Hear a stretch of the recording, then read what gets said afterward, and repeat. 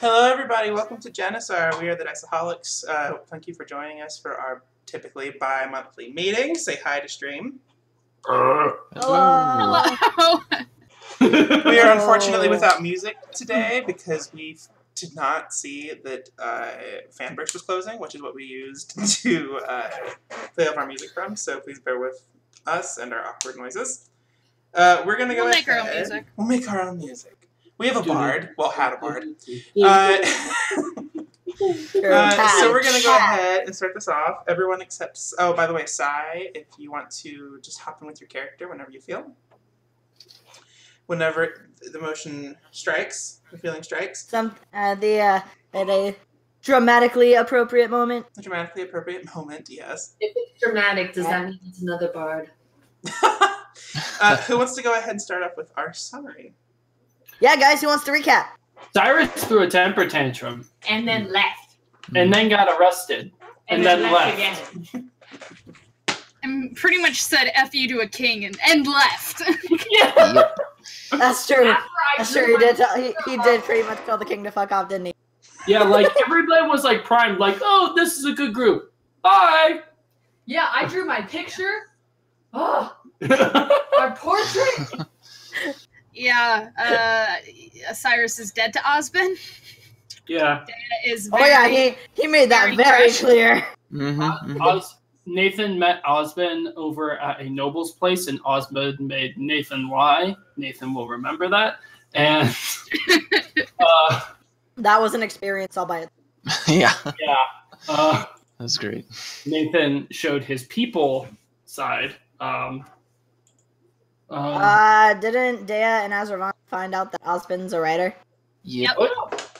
Also, shout out to the barista who saw this giant fucking zombie thing and went, same. He was covered in like dandelions, so he didn't know it was a zombie thing. Thought it was just some dude dressed in a dandelion costume. Yeah. Still, he offered him a free coffee. Oh, we had an attempted bonding moment at a hot springs. Oh yeah. It worked briefly. Worked briefly, and then very briefly. Very. And then it all went downhill from there. Yeah. And it was all because of one conversation. And like the more I think about it, I realized, Nathan probably should have said different things. But Nathan, yeah, I'm not gonna lie. That's what tipped it. Yeah, I know. He had been going back and forth for a while. That conversation tipped it. Hold on. I'm like not remembering. What was the conversation? What exactly happened? So Cyrus was like, okay, so you know that Osmond is like, I know why we're being tracked. And I'm like, I remember. Okay. And then like Osmond has a connection with Eliza. And Nathan's like, I know. And Cyrus is like, so you're just gonna keep the secrets for him? And Nathan's like, I don't give a fuck. He's an adult. He can do what he wants. And so Cyrus was like, okay, and left. Yeah. Yep. Yep. Good time. Yep. Turmoil. Turmoil. The next morning, Nathan's like, huh. Hey, he left a note. He did. He didn't just up and leave. He left a note. And Dea is so hurt by this. But Nathan is having an existential crisis right now. Mm-hmm. Oh, that's my When is favorite Nathan kind not of having? crisis. Yeah. I feel like Nathan's always having an existential. So I Yeah, feel like He has different levels. Yeah, it's different flavors. Right now he's got like a Neapolitan flavor going on. Ah. Okay.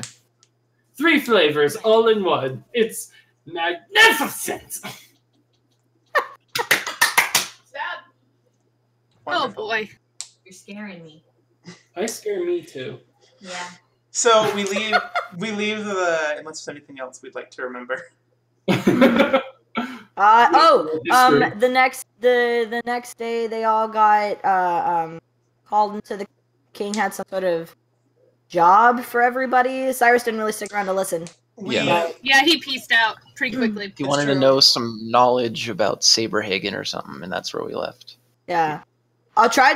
I will say the king tried to get him on board with that bit about his mom. Yeah. He was too upset. Too upset. Too many things going through his brain. We leave you all. Well, we come back to Mm-hmm. the palace. Cyrus Flint has just left the party.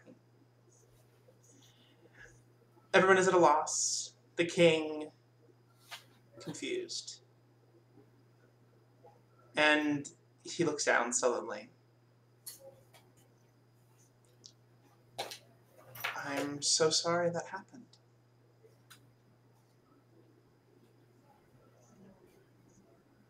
I kind of saw it coming. Multiple factors were pushing him away, inside and out of the group.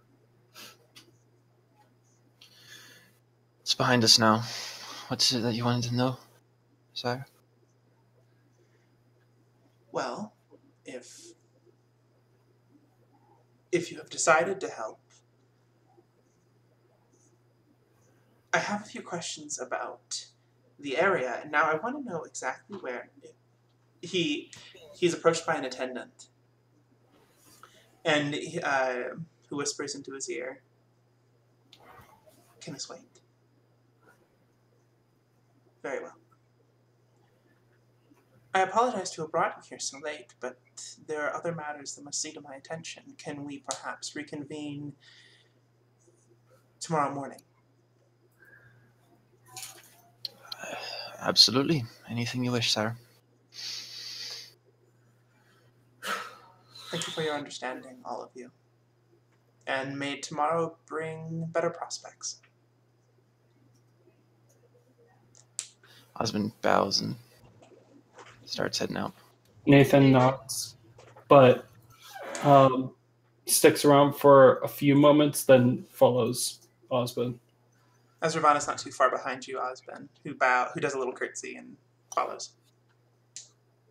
I do the same. You backtrack through the trellises, the large ceilings of the palace walls, the rose trellises that are just above you right outside until you're back into Faldrenon proper.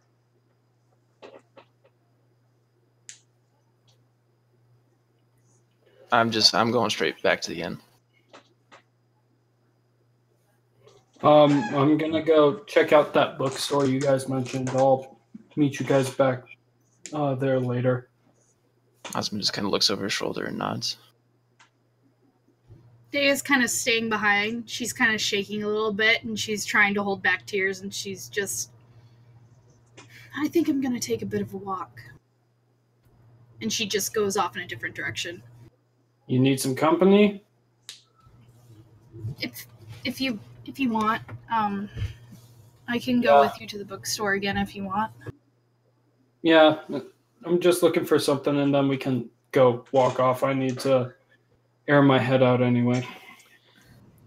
As Ravana does a little stretch, I'll see you guys later. I'm gonna go to bed. Long day. Yeah, get some rest. She goes, keeping enough space between the two of you, Osmond. Who goes back towards the inn? Cyrus is gone. I keep checking for Cyrus. Cyrus is gone. Daya, Nathan, you make your way to Sweetwater, yes? Mm-hmm. Yeah. You find a little hole-in-the-wall shop once again. The creeping vines seem to almost darken with the setting of the sun. You see on a few of the vines a small, luminous flower starts to bloom as the sun gets lower, a moonflower. Pretty rare from where you come from, both of you. But something about the candlelight and the night sky makes this place just a little bit more beautiful than you would have thought from something just like a coffee shop. I walk inside, and I'm assuming I see like an eerily similar barista. You go inside. There are no doors or real walls from like the entrance. There's just like the sides and the back. Something you can just walk into. Trellises, kind of similar to what you saw like by the palace. You walk into very cozy like hearth, bookshelves on bookshelves. You do not see a similar looking tiefling. Huh. Okay. You do see a female who has some strangely familiar features. Okay.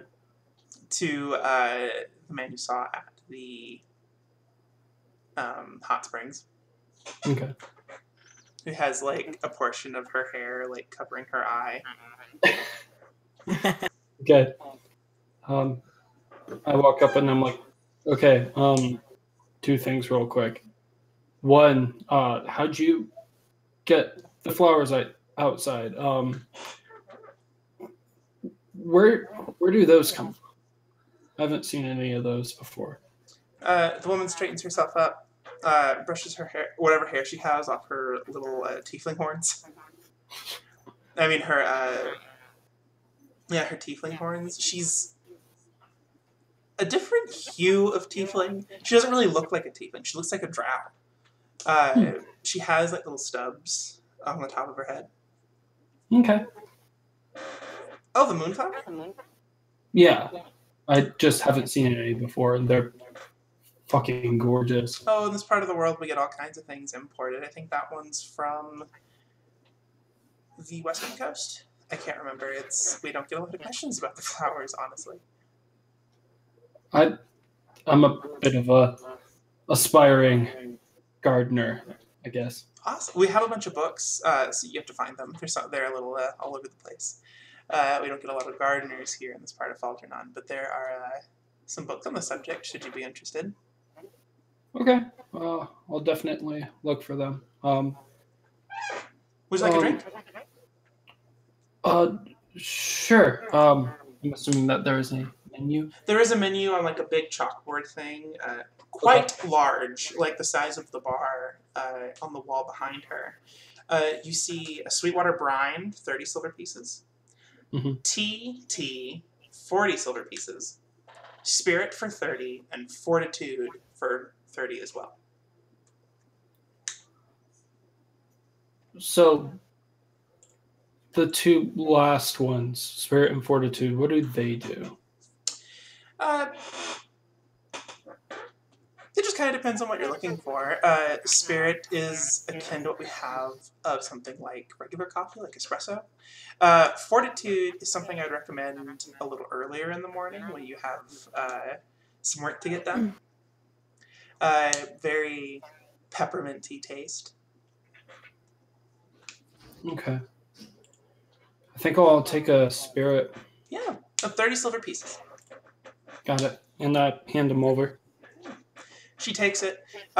She mixes takes a few bottles out from below the counter and mixes a few drinks together, and she hands it to you. In this nice little mug with like a leaf on the side of it. Okay. I take a sip. It looks almost like clear water, with what appears to be like glitter inside it. You take a sip and it tastes kind of like what is it? Carbonated water almost, like flavored water, and it tastes pretty sweet. And very briefly, for a shot, you forget about Cyrus and what just happened. I'm gonna leave a gold on the counter. Say, she nods and smiles. This is amazing. Thanks. I'm glad you think so.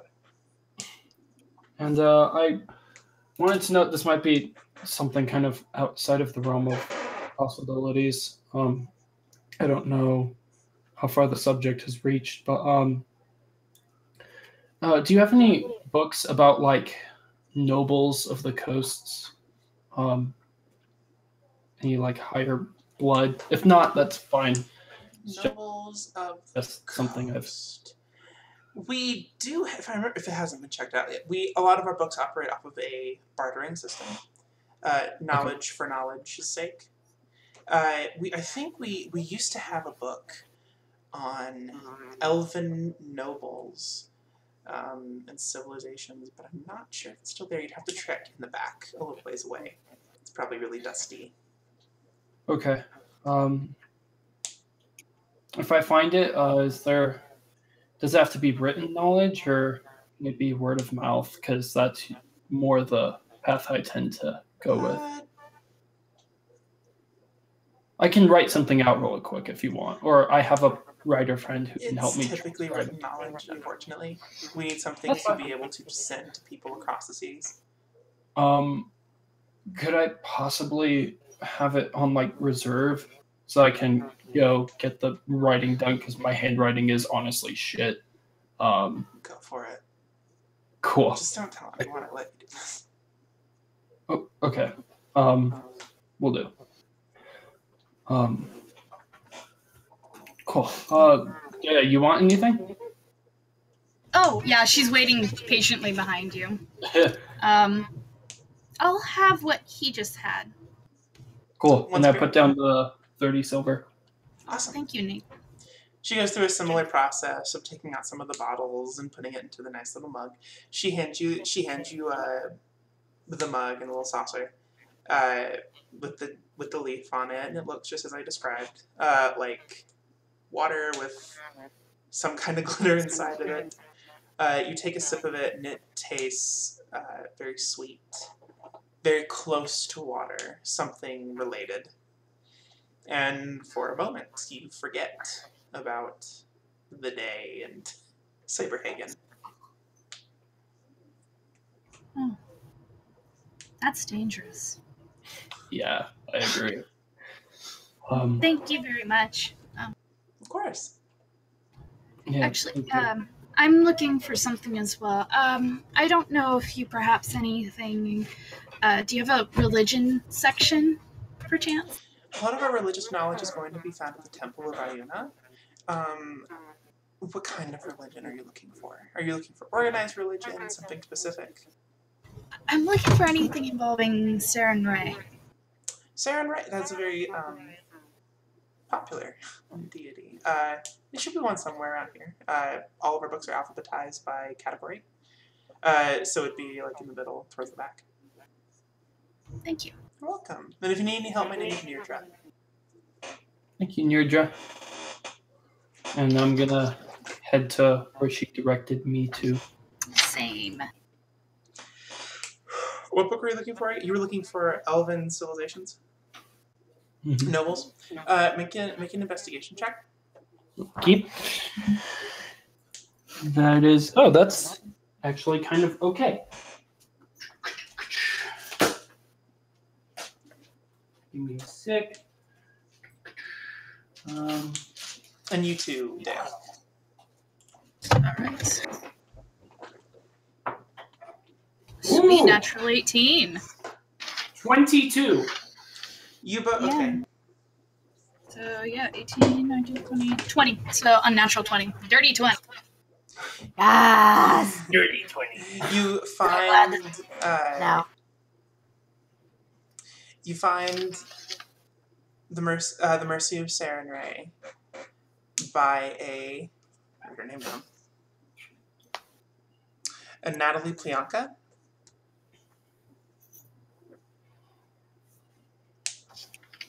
The book outlines a little bit of Saren Ray's history as a goddess, some things she's associated with, healing being a big one, healing, acceptance, the more feminine of the gods. Nathan, you find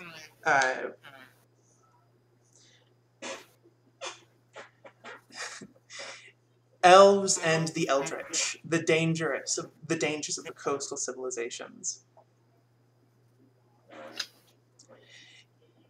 by a Tegan Vor. Tegan Vor. Okay. The book seems more like a column that you might find out of oh god, what's that website called? Out of like an Alex Jones column. Oh no. Okay. Infowars? Oh no. Having been from the coast, a lot of this is very strangely sourced, and you're not entirely sure if like 95% of this is correct. It seems to be like just a hate book that someone wrote to spread information. Ooh. Insinuating that elves all have a strong tie to the Eldritch and Cthulhu and Vecna. Look at all this fake news. Yeah. Wow. So if Day is like wait, all just like regular elves or just dark elves like Drow? All elves. All elves. Oh shit. If Yeah, Day how- is like How noticing far? it, if Day is Racism isn't noticing picky. it all- Very true. Daya knows this for sure. If Day is noticing it all, she's just seeing Nathan like thumb through the book, getting increasingly not pissed, just like what? He even like Question chuckles mark? every now and then. Like, really? That The more he reads, the more question marks appear above his head. Daya's Until I gonna find- hold her book and kind of approach him, saying, "Did you find what you're looking for?" Nathan just like closes it and holds up the cover. On the cover, you see like some elf who's like who's naked, but his parts are covered by like tentacles, and you see like this whole background of like purple and squid creatures. I just take one look at it. And that doesn't. There's something wrong about that. Yeah, I assume that they've got something wrong with them. And I just That looks like. Honestly, wait. Would I have had this back at home? Would this have been something in our library? Honestly, is this something that would have been in our library? Oh my god. Natural 17, so that is at 19. You don't recognize the book at all, but you do recognize the name. Oh, I know.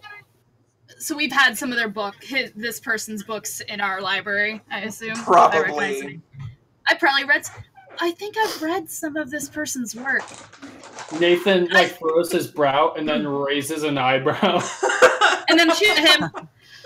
It was required reading. I don't approve at all any of his.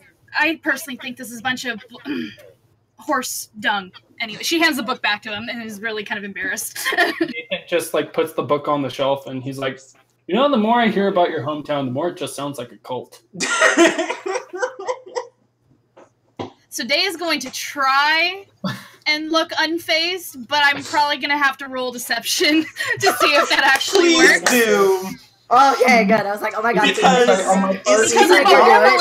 liar. Yeah, no, he's not wrong, but Is it insight on my part? Yes. Cool. deception, so that's a 14. Okay. Oh, cool. Hang on. Let's use the same one. It did me good. 14. Ooh. Oh, stand Okay, so actually, if this were an AC battle, he would win. Yeah, also, Day Because is you a have to terrible meet liar. the AC. Okay, so yeah, So we're going to say he won. So Nathan, yeah, Day is very uncomfortable. Like, It's like, Nathan, it's like that situation where, are you okay? I'm fine. Nathan just like holds up his hands and he's like, got it. Don't talk about hometown. it's just uncomfortable how accurate that is. Yeah. So you didn't find what you're looking for, I assume? No, but that just raises more fucking questions than answers. Do you mind if I ask? I heard you mention it to the bookkeeper lady that you were looking for history, family, lords, or... I didn't know how far the Lumen name went. I was kind of hoping to never learn that, but apparently the fucking king knows. Cool. Yeah, just hearing Lord Nathan was, or Sir Nathan, yeah, that thing threw me off a little bit. And, I was wondering what that was. yeah, while I was growing up, Dad wasn't around, but Mom said that he probably was out on some diplomatic mission, which I just interpreted as he pretended to be a lord and just fucked off to who knows where. But hearing that made some shit turn around in my brain, so I don't know. I'm just trying to figure out what the fuck I'm getting myself into. Well, I hope then we can find some answers. I'm sorry, I'm not good at comforting whatnot. That's fine. But sounds like we're in the right place then. Yeah. Figured if anywhere has it besides the coast, it'll be the capital, but we'll see. I don't think it's going to be too much trouble. I mean, if he was busy enough to be absent, then I'm sure he's got his own shit to deal with. And for all I know, he doesn't know I exist, so it's not like it's going to backfire on us. I don't know. I'm just trying to figure out. I don't know. Anyway, did you find what you were looking for? Yes, I did. I'm actually going to go see if I can buy this. Cool. Want me to wait outside? Okay. Sure. So, Dave's gonna go and talk to the lady. She pushes her hair out of the way. Hi, and how may I help you? Hey, I was wondering, is this book up for sale? All of our books are typically traded through barter. I can put a price on it, though. Can I take a look at it? Yes, of course. She turns the book around, thumbs through a few of the pages. A book like this is pretty standard. I think it'll run you about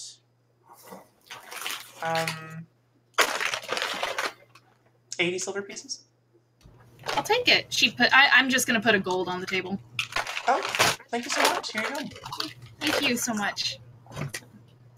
She's gonna take her book and go outside.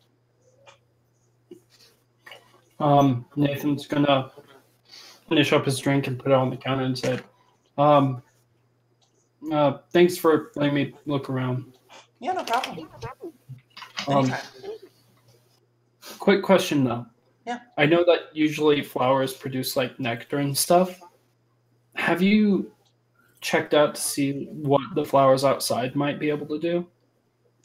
No. As far as the owner's concerned, they are a beautiful flower. Nothing more. Just figured since you guys had some honestly fucking amazing drinks, I didn't know if that would help with making any new ones at all or not. Oh, well, thank you. No, a lot of our ingredients are imported as well.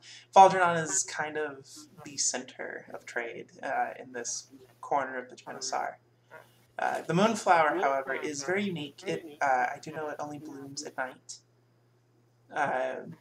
or in partial shade.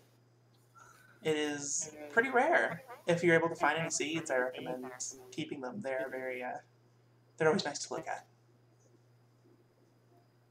Any idea where I can get some? Around here, no. Something to keep an eye out for, though. You could always put in a requisition with the bursar's office. If you live here, I think that's for citizens. Ah, okay. Thanks anyway. I appreciate it. Yeah, of course. All right. Have yourself a good night. You too. Nathan heads out. About what time would it be now? It's getting dark. It's like 9. Okay. Did you want to head back to the inn, Nathan? I don't know. I was gonna walk around a little bit. I have a lot to think about. I'll come with you if you don't mind. I think it's safer to travel in groups, especially in the city at night. Yeah, I agree. You make your way back to the inn. Sorry to interrupt something. No. Okay. Yeah, we're just gonna take a walk. You make your way back to the inn. Azravana's already fast asleep. Vola, what's going on? I feel like Vola is probably sitting outside somewhere.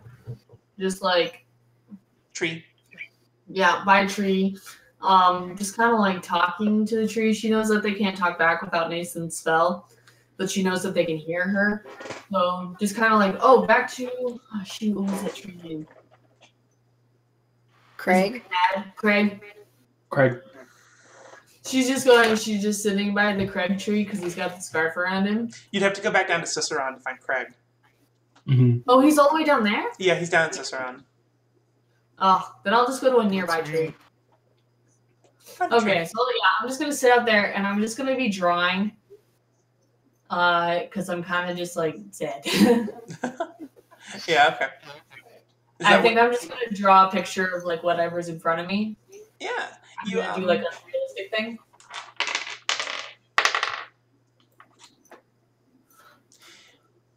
A noblewoman catches your eye. And a dog, apparently. What'd you say? A noblewoman catches your eye. She has a noblewoman. She had this elven lady, with her ears very proudly on display, pulled back into like a ponytail. She's very beautiful, light-skinned elven woman, beautiful blue dress, and for some reason, you take interest and draw. Cool. So I'm just gonna draw her. It's just gonna be a portrait of elven woman. That is her name. Huh? That is her name. Well, I mean, I'm just drawing her like a creep. I'm not gonna walk up and ask what her name is. Well, yeah, I'm kidding. Yeah. Okay. So, drawing of elven woman. Osmond, what's good? Probably once he gets back to the inn, he goes up to the room and he kind of paces it a couple times. And then he's gonna take out the letter he's been working on, and he's just gonna kind of look at it for a bit before he's gonna use Sacred Flame to just kind of burn it away in his hand and watch it as it crumbles away. And just to keep his mind off things, he's probably gonna go sit on the bed, pull out some paper, and then with the feat that I got at 4th level that I keep forgetting that I have, he's just gonna start working on a cipher. Oh, okay. For future use. Ooh. Neat. This is probably about the time that Dea would walk in. It's like when you're like in the middle of a cipher.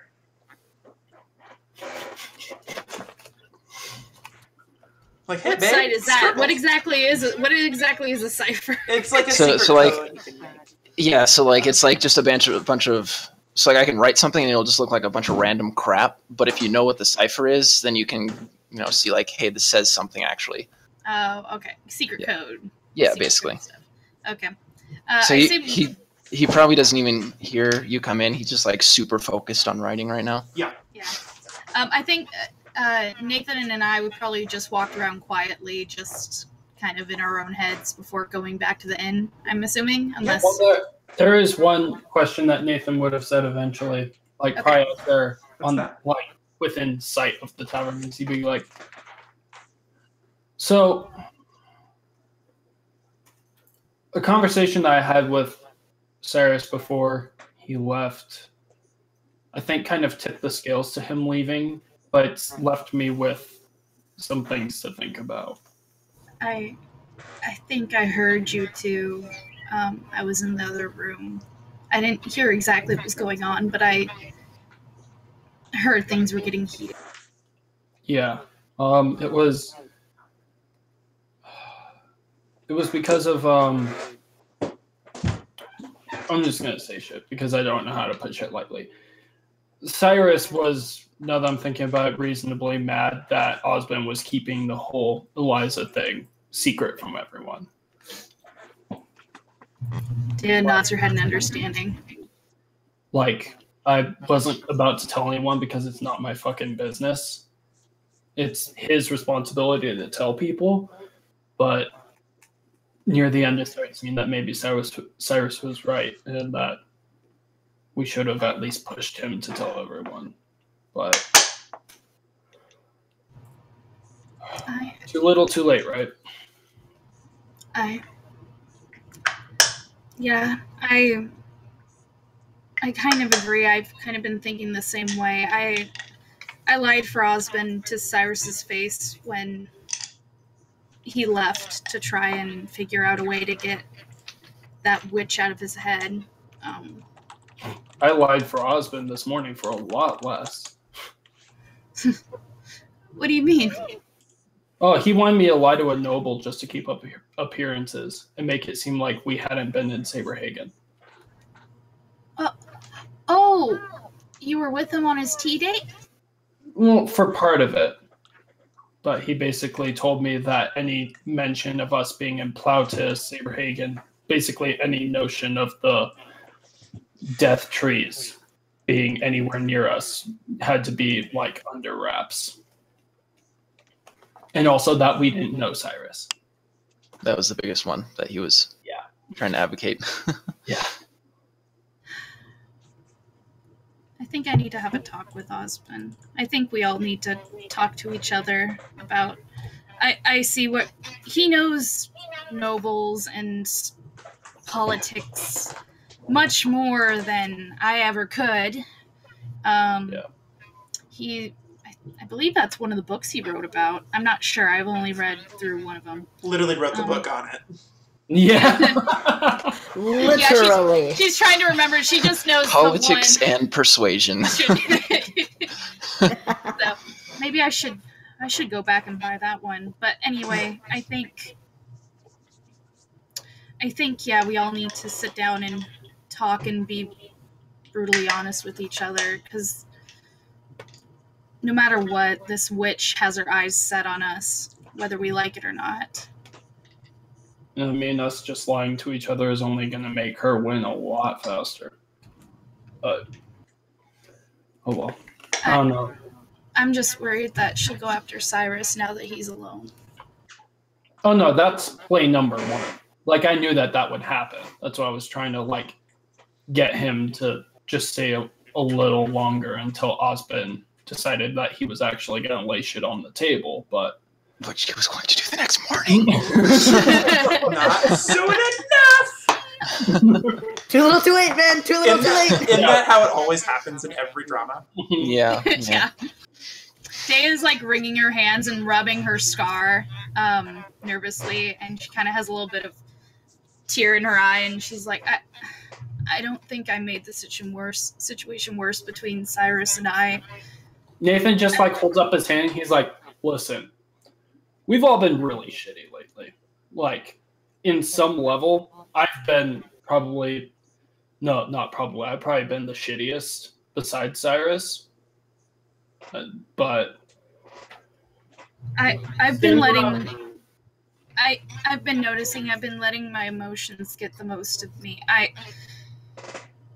At home, I was very good about controlling those things, especially, it was one thing it was mostly taught, trying to control my demons, and she kind of air quotes my natural intuition of demonic urges. But being free, I've been kind of lenient, and I've been letting myself get upset over things that I shouldn't, and I know that especially was true with Cyrus. He knew how to push people's buttons, and I should have known better than to let that get the best of me. So what you're saying is you're actually feeling now, and you're feeling bad about that? Is that what I'm hearing? I just wish I knew how to control myself better. I enjoy feeling... Nathan just does like his normal deadpan, like, I've gotten pretty good at that. How much fun do you think that is? Like, I know the reason why. I know the reason why I can't really connect well with people in this group besides Vola. It's because I try to keep up a wall, but that's just to make sure that they're okay before I let any of my shit out. The one time I did that was whenever Losi came around, and I just kept letting it get out, and now Cyrus is gone. I thought you were actually very pleasant when Losi was around. Not that you're not pleasant already, but you know, I could tolerate you when Lucy was here. Now I just fucking hate you. She's like, that came out wrong. I just mean, you seemed more at ease.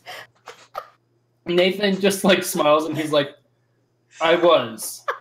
And I probably will be eventually, but basically what I'm saying is don't feel bad about letting your hair down, I guess is what the saying is. I don't fucking know. But like, don't feel bad about, relaxing every now and then. You're a human, basically. Well, humanoid, I guess is the term. I don't know. You exist. Therefore, you deserve to do the feels. Therefore, you are. Thanks, Nathan. I guess that was one thing that kind of drew me to Cyrus when we first all met, because he was the exact opposite of everything I had been around, and it was kind of nice. Oh. Thanks, DM. Yeah, thanks, DM. Nathan just like shrugs his shoulders and he's like, I don't know. I kind of saw you guys as really similar at the beginning. I actually saw the whole, oh, we're dating now thing like a mile away. I was just waiting for it to happen. We all did. Yeah, that's fair. We all did. He came through a fucking stained glass window while I was praying, of course. That's like her biggest kink. Of course she's gonna go for that. It was like, I am praying to the right God. So, she does answer prayers. Day just scratches the back of her head. She's like, that was one thing I never thought someone like him would take interest in me, but yeah, it's nice. Well, I'm gonna go walk around for a little while longer. If you do decide to talk to Osmond, don't completely rip him a new one. I'm assuming Vola and I will want to get some of that in later. That came out. I'm walking, and I just say, you hear a laugh from behind. Okay, I'll wait for the team meeting. I love how everything inevitably turns into a euphemism with you. Always. Of course. Mean, this is an anime. I was just about to say it's an anime, so I mean, yeah. But So Dave's gonna make her way back to the end. It's fucking anime. Okay, so actually, Nathan, you do notice Vola on your way, just walking around, doodling some bitch. I walk over and crisscross, sit next to her. What you doing? Well, I saw this really pretty woman, so I'm drawing her. I look over at the drawing. It's pretty good. Is the woman still there? Nah. Okay. She walked by. Okay. Why her? I don't know. She was just really pretty. She looked like an elf, too.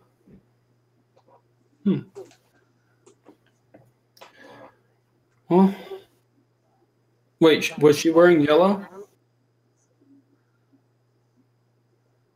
DM, I don't think you told me what color she was. She was not wearing yellow. Okay. No. Oh. Well, the search continues. All right. Out of character, wouldn't it be hilarious if you just found your mom right there because I casually drew her? Oh yeah, that's right. You and I are that's right. You and Cyrus were opposites. You had the elven mother. No, I had human mother. Elven Human mother? I thought you had elven mother. No. Oh no. Oh. Then Oh no. oh my god. That was another similarity they had. Cyrus' mother was human too. Oh Okay. no. Oh god, Osmond's mother's human too. So, Oh my god! My parents are probably dead. it'd still work if your mom was a half elf and she just told you she was human, you know? But, yeah, anyway, we can jump back in. I just thought that was a funny out of character thing. Surprise. Nathan's mom just waltzes through the town. Cool. So, how are you doing after everything?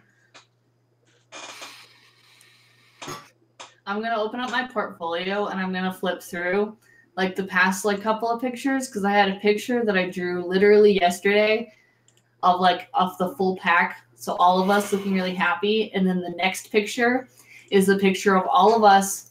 So picture it. So in the frame, the majority of the frame is taken up by a skyship that's boarding up to leave. Oh, and yeah. we're standing down, and we're very small in the foreground of the frame. And yes, DM? Yeah. Do you want me to describe it or no? Well, I was just getting... Here, I'll do my basic description, and then you can do okay. Yeah. Okay. Because I think I know what you're talking about. Yeah, so it's up there. It was the moment you all were at the docks, right? And yeah, Nathan we're at the docks. you. We're at the foreground, Cyrus. and we're all. It's all of our backs. And Yeah, that's why I said y'all. And there's no Cyrus in it. So those are the two pictures. Okay. So DM described it better. What? No, that works. You're fine. You got this. I got the picture in my head. So Nathan, Beautiful and melancholy. And it's signed. Yes. Most Nathan important looks- part. Nathan looks between the two, and his shoulders drop a little bit, and he's like, "So, not too bad, but not great either." Yeah.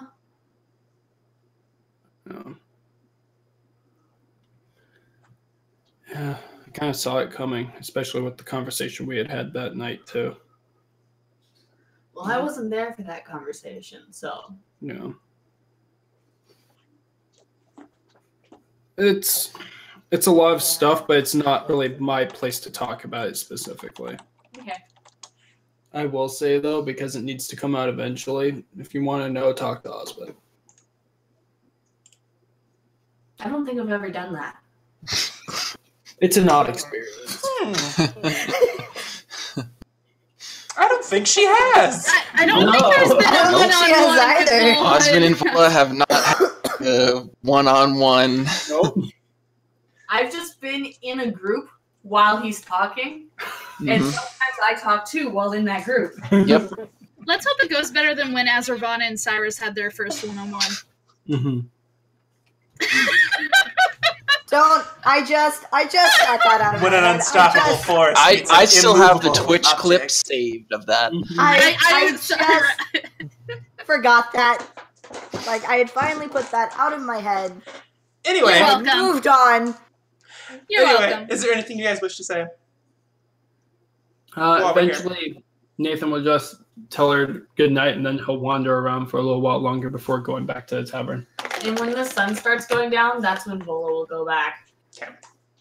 And also, actually, no, wait. Before the sun goes down, I want Vola to be like, "Ugh, I only have charcoal. I need to find some pigment. So I want her to go looking for some color. So she can color some of the drawings, too. Oh She's my going God, to start her blue period. No. I just want some crayons. Roll. DM, give me crayons. Roll. Damn, if you do not give full of crayons. Investigation.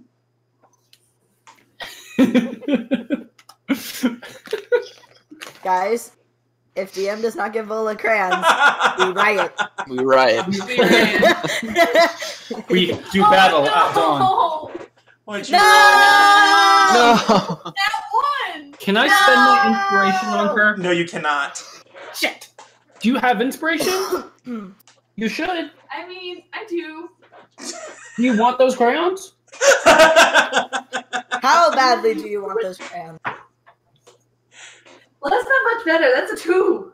Oh, geez. Your inspiration's Put gone that too. dice away. Yeah. Your inspiration's gone too. Mark that off. Oh no. You go out in desperate search for crayons, for a pigment of some kind to further your craft. You're not entirely sure what you're looking for. You think you're looking for colored charcoal or something. You deduce that you would probably find what you needed at some sort of enchantment shop. You don't find any stores that really sell that sort of thing. I will try again later. Try again later. I am the magic 8 ball. When at first you don't succeed, repeat. Sorry, Bola. It's okay. Dan, you happen upon Osmond writing a cipher. We already did that. Didn't writing random nonsense to you.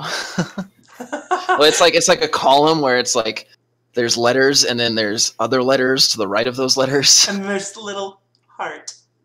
Okay. There's other little like weird marks next to that too. Dea just kind of sits at the edge of the bed and just like watches as you're doing this. What language is that? Oh, sorry, I didn't hear you come in. I'm sorry, I didn't mean to startle you. Yeah. I've never seen that before. It's a cipher. It's basically a way I or anyone who knows the cipher can write things without others knowing about it. Oh.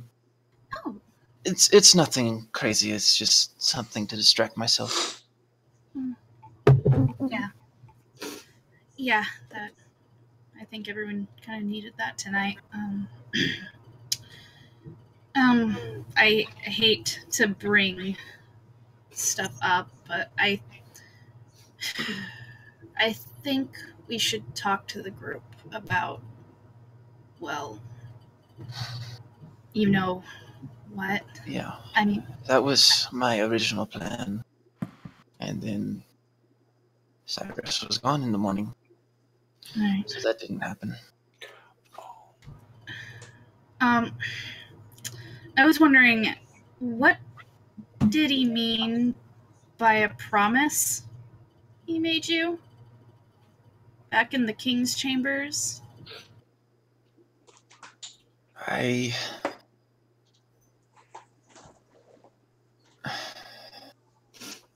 may have sent him a message in the morning. It was very irrational and very mad. I told him... Oh, God. I told him he was dead to me. And I told him to never come around this group ever again. And he promised. Osmond kind of like looks down. I don't know if that was the right call, but there's no going back on it now. I'm not going to lie and say that doesn't upset me a little bit, but I can also tell that we've all said things that we don't particularly. Trust is hard for me. You know, you and Nathan were pretty much the only two I trusted, which is why you're the only ones I told about Eliza. I don't know if it was just how I grew up. I find it just very hard to put faith in others, but last night I opened up to Cyrus. I trusted him. I put my whole life on just out there. I was going to let him ask me anything about Eliza, about my life, about whatever. And then he next thing left. I know, he left. So yeah, I felt very betrayed, and as such I felt very, very angry.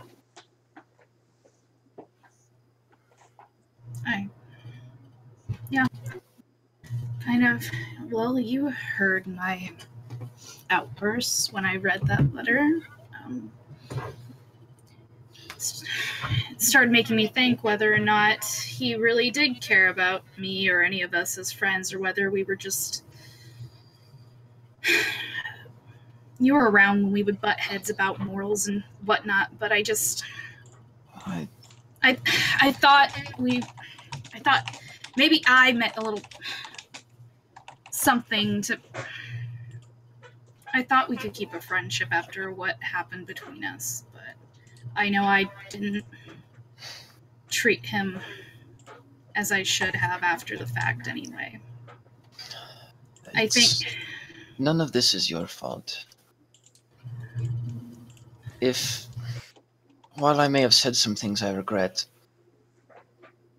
he left us. And if he was going to leave us now, he was going to do it later. An inevitability. Friends don't leave other friends. Since he left us, he was never our friend. We are all in need. This is all a very hard time. If someone's actually your friend, they will not leave in a rough spot when things get hard. Day is wiping the tears out of her eyes because she's crying. Besides, there's no way you can place this on you. You've read the letter. He specifically calls me out. If anything, it's my fault. Me and Cyrus never got along. I kept secrets from him. And in the end, that was the reason he left. Simple as that. You shouldn't just blame yourself either. I think we just need to use this as a learning experience. All of us are tied together in this crazy, crazy situation. I just don't want another Cyrus happening. I want us to have something in mind, a goal. I want us to be truthful. And I know, like you said, it's hard to trust people, especially after what just happened. I feel like I trust people too easily, and I shouldn't, considering what I'm finding out about. I don't like to think of home, because the more I think about it, the more I see how naive I was to a lot of things that are quite frankly obvious. And it's scary to think about all the things that could be true and couldn't be true, like may or may not be true. So I think I put a lot of trust in you guys because of what we've been through. More action rather than talk. But again, trust is something to earn. But I think whoever stuck around, I think they've earned it at least. At least for me, they have. Yeah. And Dave just like puts her hands on her like eyes and just like flops back on the bed. Is this why people drink? Something like that. There was this really nice drink at the bookstore that made me think, is this alcohol? I don't think it was, but it was really nice. Yeah, I prefer to avoid it, except for occasion. But I get why people do it. It helps you forget. And it's really tempting to want to forget right now.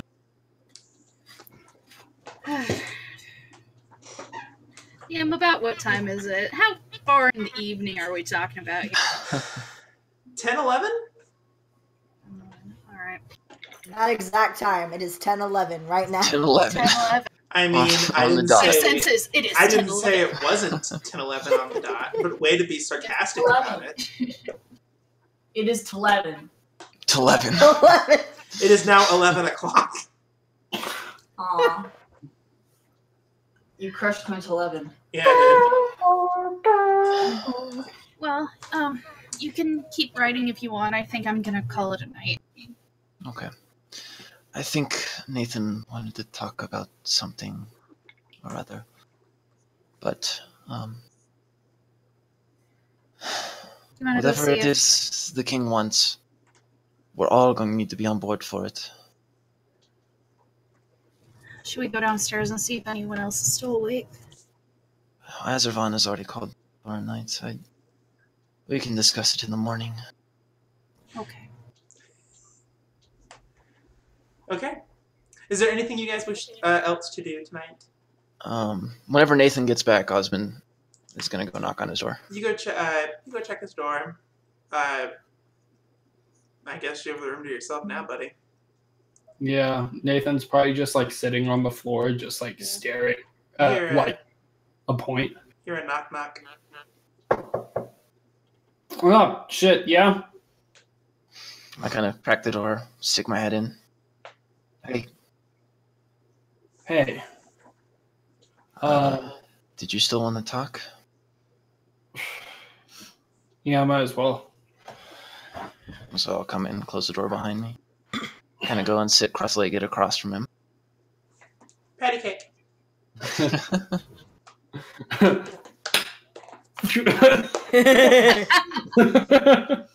I was gonna say, is it the zombie version? Because that could get dangerous real quick. Let's let off some steam. Full on fucking brawl. So Nathan's probably just gonna like stare at the same point for a couple seconds and then just say, "So, I understand why you wanted to keep the Eliza stuff hidden, but why are we lying about, being in Plautus and Saberhagen and all that?"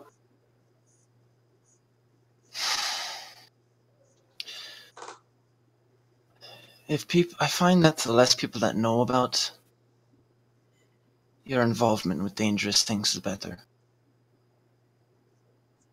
Especially if it's higher-ups. Or people who gossip a lot. Like Duchess. So it's better to have a pretty lie than to tell the truth. Something along those lines. Just how I've spent my last 20 years. It's all about putting on the face, making friends, and maintaining friends. The less people you piss off, the more allies you have when you need something.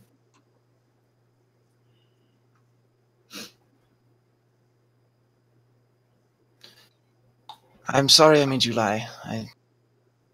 It's just force of habit, I guess. Osmond kind of like looks away. Yeah, I'm just gonna say I'm probably not gonna lie unless it's necessary again. I mean, I don't really like nobles in the first place, but having to act all pretty for them to make them happy is not something I ever want to do again. Yeah, I get that. I'm just not fans of people like that. But you can keep up appearances without completely lying. Of course, it just... I won't get too into it. There's a whole thing behind it. It depends on the person you're talking to. It depends on... I'm guessing it's in your book. A little, yes, but it also just comes from personal experience. Right. I have seen a lot of people at each other's throats because one said the wrong thing. Yeah, wars waged on it and everything, I know. Exactly. I don't know, especially with the conversation Cyrus and I had before he left, it has put a lot of thoughts spinning around. Like? Well, once he found out about the whole Eliza thing, he came to me and tried to inform me on it. When I told him that I already knew, he asked why I didn't tell everyone because they have a right to know, which I mean they do. But I told him, and I'm telling you now, I figured it was your responsibility to tell everyone. Yeah. And so what I was waiting on is when you'd sit down and be like, hey, shit might be fucked up. I'm trying to fix it. It's not fixed yet, but I'm working on it. And then instead of just you working on it, because I don't know how to fix that shit. I we have more. I thought that maybe I was doing the right thing by keeping it in the dark. Maybe I could figure it out on my own, the whole thing away. In part, I only really trusted you and Dea. And I didn't, again, going back to the thing of saving face and telling people only what they need to know. I figured ignorance was better. Clearly, I was wrong. You want to know why I stuck with Losi so long, even for a while, when I thought she was kind of louder than necessary? Boy, shh, enough. He's curious. He wants to know. Sounded like somebody knocked. Sounded like somebody knocked. Curious minds are begging to know. But I mean, we all know why. But, let's hear Nathan say it. Girl. Yeah, exactly. Nathan just like rubs the back of his neck and he's like, it's because while I was with the guild, we laid everything out. Because, you know, we were a team. Even whenever it was I was missing home and didn't know how to deal with it, or Losi needed to get off the bottle for a little while because it was becoming a problem, we told each other. Because then it wasn't just on us. It was mainly our responsibility, yeah. But so long as everybody in the team knew. If there's a weak link and nobody's looking at it, there's nobody trying to fix the problem. You know? I'm starting to see that. Yeah. If I'm being completely honest, this is the first group of people that I've stuck around with for more than a few days. I assumed as much. You seem like I'm a lone wolf. I'm big and strong and know what to do. Goes back to the trust thing. I find it hard to trust others, and therefore I don't stick around them. I've been on my own ever since I was a kid. It's been better that way so far. But I like it with you. It's different. I'm starting to feel like a family, and I'm trying to work on this. Yeah. It's hard. 40 years of it's just how I was raised. I get it. Just like, even if it's like, hey, I heard this shady shit today. Someone might be trying to kill me. Just so you know, I'm lying low for a bit. At least that way we... Yeah. Yeah. I mean, I think I've been more subtle than I used to be, but I've laid it out on the table that I am not, completely dissuaded from wanting to just go home. But that's understandable. Yeah. Just figured I'd lay that on the table. I would understand if you did. There's a lot at risk here, and not gonna lie, Losi turning up made me want to, but we gotta figure it. And our luck, like the last since we've known each other, she's gonna turn up eventually, whether it's in like the next week or whenever the group splits ways. Yeah, I'll see her again in this life or the next. Yeah. I'll be patient. You guys come first.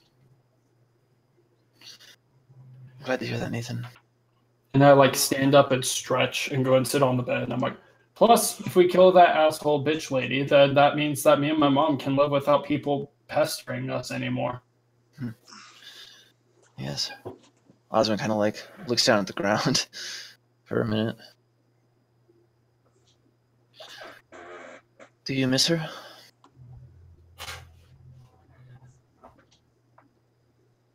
I mean, yeah. Honestly, she's the whole reason why I'm why I left home, why I went with the guild, and why I'm with you guys. I didn't really know what to do with my powers in order to do my part in keeping the two of us safe. So I went out to figure that out. And although what I'm finding out I'm good at is kind of weird, I'm still figuring it out. And so, yeah, I miss her like every day. And I like pat the staff with the shark jaw blade. This I just keep around to remind me of what's waiting for me back home. It's nice to have something to go back to. Don't take it for granted. Oh, I am not. Did she, what does your mother do? Does she just lead a simple life, or is she... Yeah, we fish. We do like some farming, like light crops. We never really stuck around in one specific spot on the coast, just went back and forth. But yeah. Osmond's got kind of like a sad smile. It sounds nice. Since Dad was gone, we just fended for ourselves, made what we could. Lucy always lived nearby, so she was an easy friend. And actually, I can't remember if my mom and her parents got along at all. But, I mean, my mom never went with me to Lucy's house, so I'm only assuming that something about her parents made them more of shitheads than not, so I only assume that Lucy left for a reason. When was the last time you talked to her? Your mother, that is. I ain't got no way to talk to her, and I don't know where she's at the moment. My penmanship is shit, so I'm basically hoping I survive long enough to get back home. And are you worried about her? Or fuck yeah. Would you like me to try to contact her? I can do that. Nathan just kind of lights up for a second. He's like,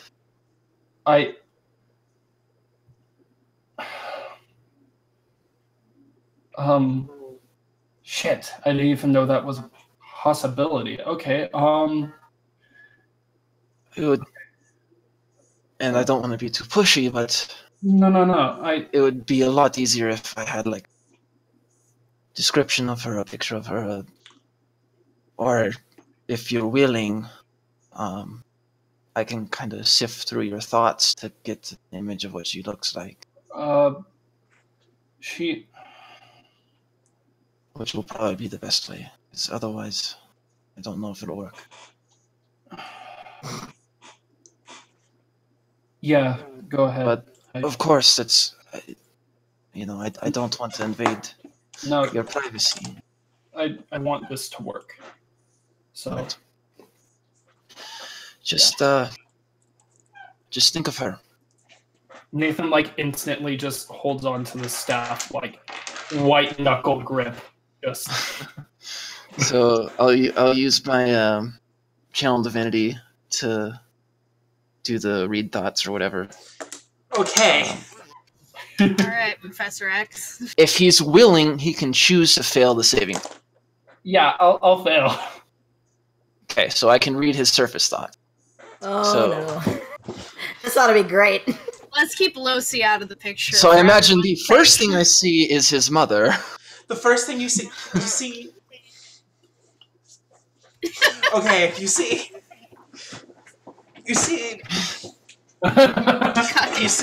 What kind of rating are we making it? He's deciding what rating he wants to make it. Roll for rating. Okay. Keep it PG-13, guys. You see a rather beautiful human woman looking down at you like you're a child. She has long hair, a familiar mark on her face, a red tattoo of some kind. long brown hair that goes down just past your chest, wearing bluish robes made of like hide and different animal teeth, adorning some of it like decorations. You ready to go, little Nate? The mirror shifts. You see all these different images of the same woman in pretty much the same dress. Different, sometimes different ones, different animal parts adorning her shoulders or her waist. And the final memory you see is her in the distance, waving goodbye. And as you look to your side, you see a redheaded girl with a bob who looks really nervous and smiles at you. Here we go. And it stops. And Nathan is like crying at this point. Oh, like, baby. like drenched cheeks, just. You did get a name that you hear, like kind of like in your head. You hear Cora. Cora. Okay.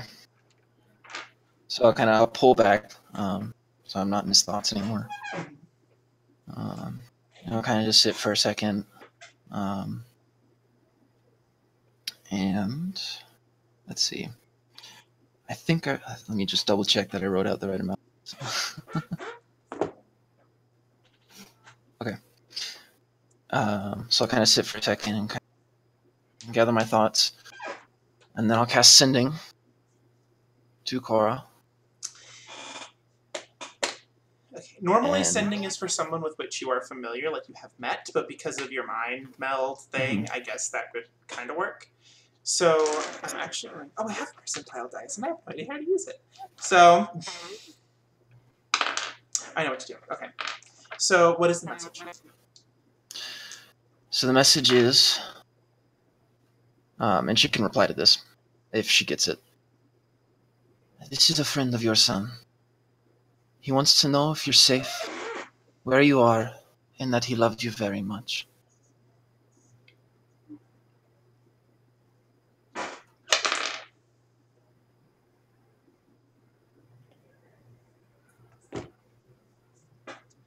This is very odd because usually this is a space. A lot of your attempts for sending have been on your own relatives and for people who are for some reason indisposed and cannot respond to you.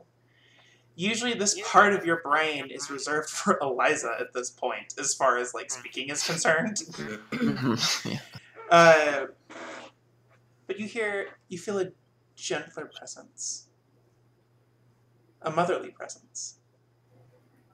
And it's like while you're hearing this, it's very strange because you see back to the vision you had from Nathan, where she's looking down at you as a child.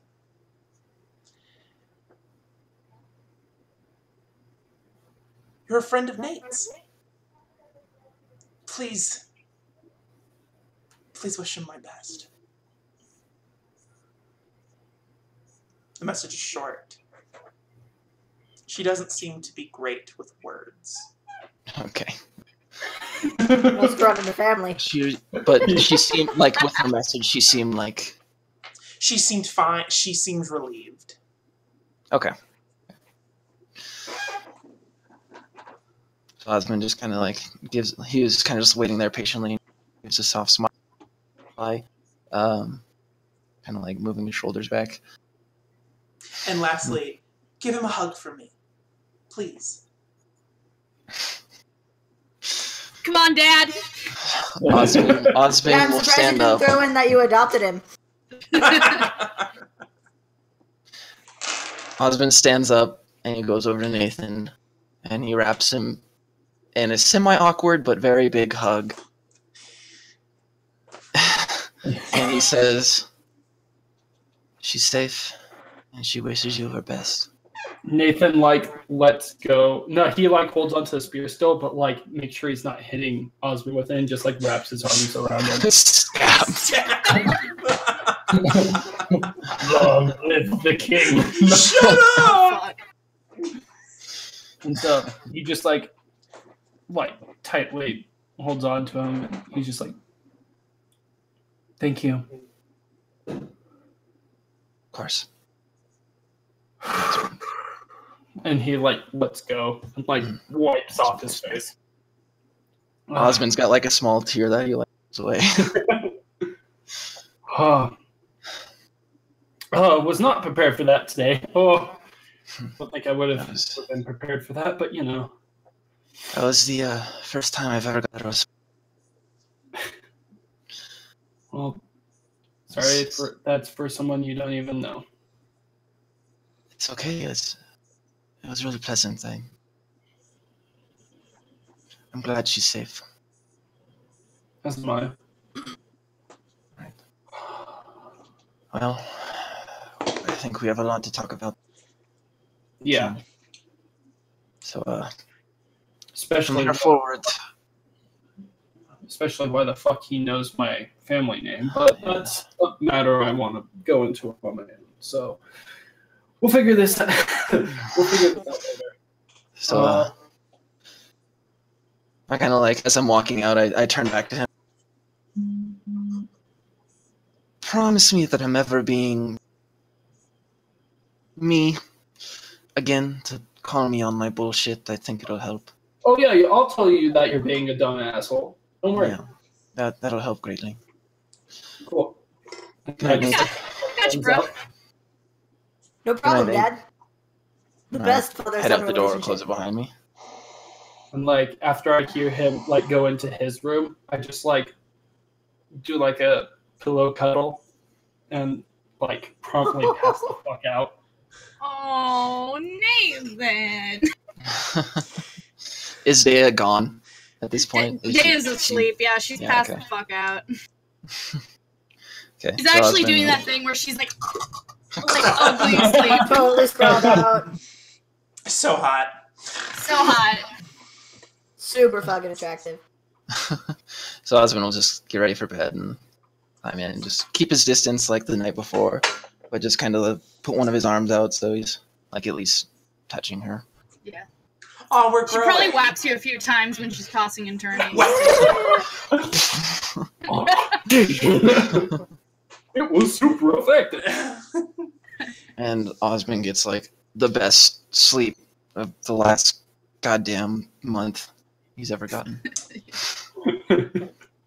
Right, DM? He gets a good night's sleep. Please? Right? Please? DM? Please? She did appear in a dream last time, didn't she? Like fucking Freddy. Okay. It's just because we know you well enough that we're like, DM? Yeah. Does he, DM? Anyway, yes, you sleep, you're fine. Okay. Albeit you have some difficulty actually getting to sleep because you're like, oh fuck. But you're fine. The night passes.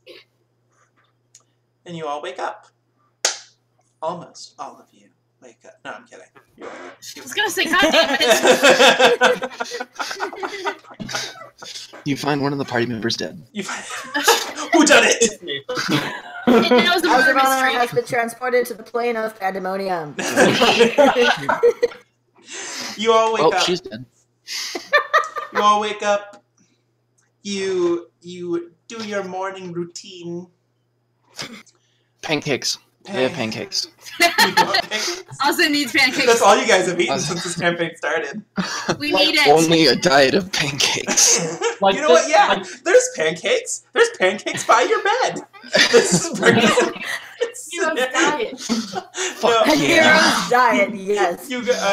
There are no pancakes to be found. Sadly, this place isn't much of an inn. It's like this hole in the wall that has like a small area and then stairs and then rooms. Oh well, that's fine. I'll just snack on a ration. like I love how no one's questioned it up till now too. I had like an explanation ready, like for back in Saberhagen, and no one questioned it. So I'm just like, okay, I guess they're eating pancakes. Like, I mean, No, I'm never one to question a plate of pancakes. Yeah, exactly. Yeah, why let's we're be friends. honest. That's not something you question. No, you just take pancakes and eat. Especially after Sucks for you guys, though. No pancakes for you. No talk, only pancakes. Yeah. You wake up the morning after at a pretty decent time, actually. Like 9, 10 o'clock. Oh. Yeah, you're awake. Azravana is in a coma. Oh, fuck. Again? She was like the last person to wake up. You see her like Vola, you see her like get out of bed and she has like hair sticking out one way, like there are cowlicks controlling her face. I'll be down in a minute. And she goes into the bathroom. I'm just gonna be like, maybe you should just sleep. And then I'm gonna go downstairs. Yeah. Nathan like gets up, gets all his like stuff ready, and like walks down the stairs with a purpose. Like he is like smiling for once, and he is like ready to go. You all meet downstairs, I imagine, unless some of you Like, decide who are to. you and what do you do with Nathan? Does Azravana eventually join us? Yeah. Okay. She's down there, flanked by her little posse. I love them. I'm gonna work on like Her posy posse. So I'll grab the singular small table that exists here. And just wait for everyone to kind of come join. I joined downstairs. Azravana's the last one to get down there, but everyone's like huddled around the table.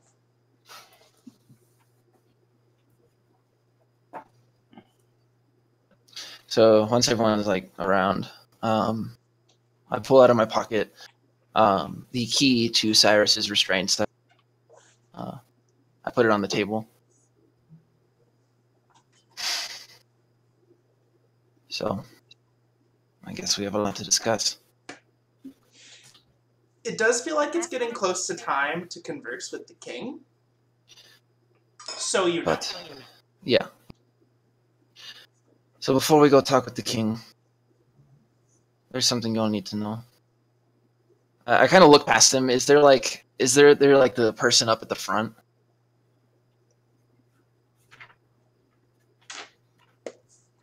No.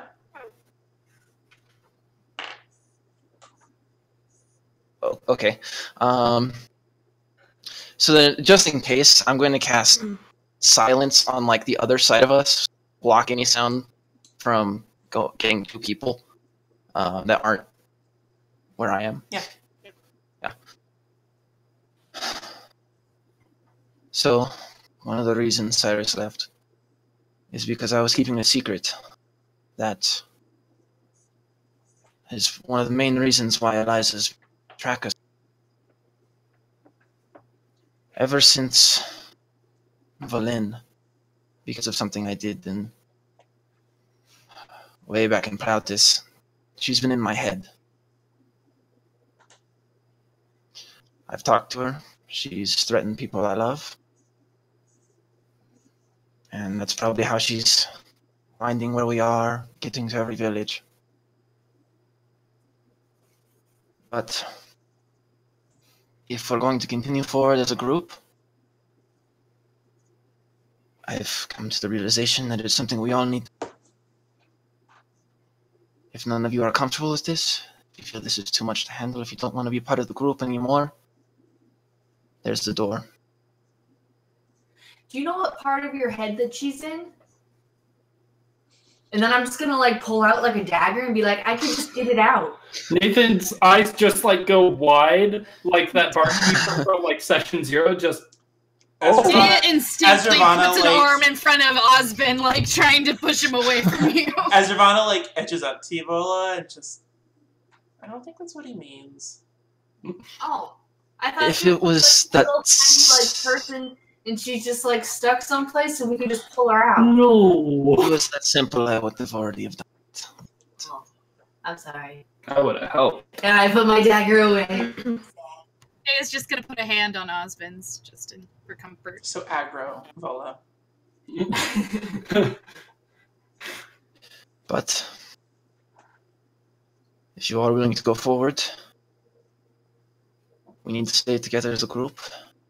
We need to be honest with each other from here on out if we ever want to have any hope of taking down Eliza. Mhm. So, what do you say? Are we sticking together? Hip, Yeah. hip. Oh my god. Right. Then I think we have an appointment with the king. Right. How about we discuss things later tonight? Before everyone goes to bed. Cool. As Ravonna turns to her little posse and she directs them upstairs. I'm ready. Alright. As we're heading out, I'll just grab the key and slide it in my... Okay. So, unless there's anything else you guys want to do before seeing the king. How much Day time is- do we have? Huh? How much time do we have? Not much. Not much. No. Because you worked up kind of late in the day. It's like it's a good time, but it's also like midday, so you're kind of running out of the morning portion of when he said to meet. Mhm. Okay. Then I will hold my idea until later. Uh, It's a drawing idea. I mentally note that I want to draw something. You make your way back, walk your way through the trellises, the rose trellises once again, into the large palace entrance. You enter the throne room. Its tall ceilings and open spaces make the table centered in the palace stand further out.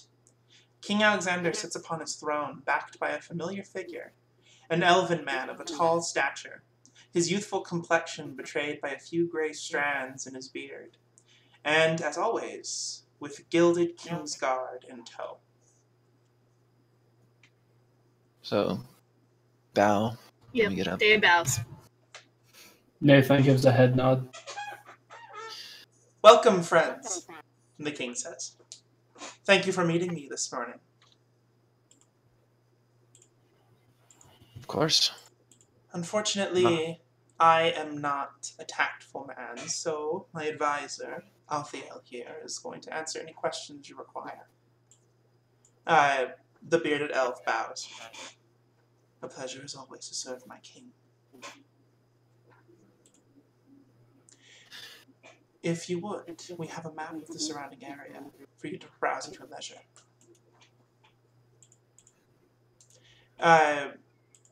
You approach and you see on the table is this big map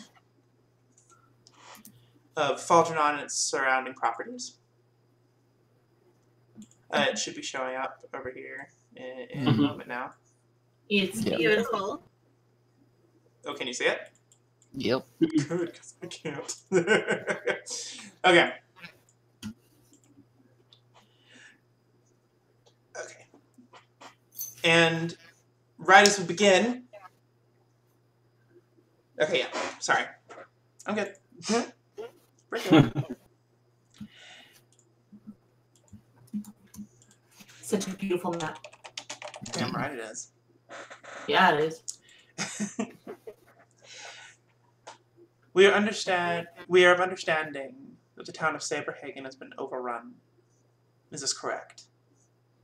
It That's is. not a statement. By what exactly? Well, Dead. There was a dead lady who showed up and made everyone else dead, and then made them wake back up. a servant of Eliza. People This- were going insane. Carnage on the streets. What did this woman look like? Blonde hair.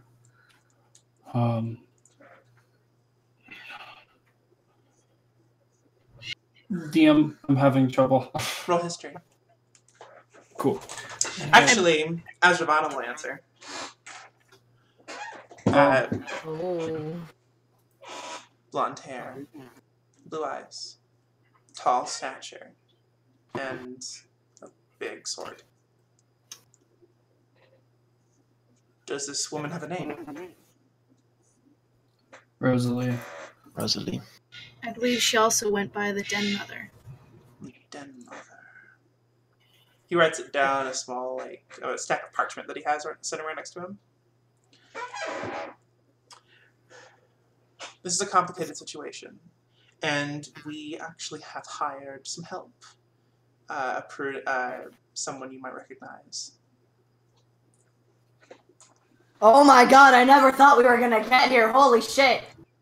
Ha! So, You see Cyrus as the Flint. doors... Well, What? I was gonna do a whole description Do of it! Go for it! Go for it! So the doors burst open, and in walks a figure clad in blue robes, about 5'10"-ish, very familiar dark skin, dark hair, and piercing blue eyes. Before you stands your former party member, Cyrus Flint. And with that, we're gonna take a break. God damn it! Your new character is your old character? We'll be right back, everybody. Don't go anywhere. I'm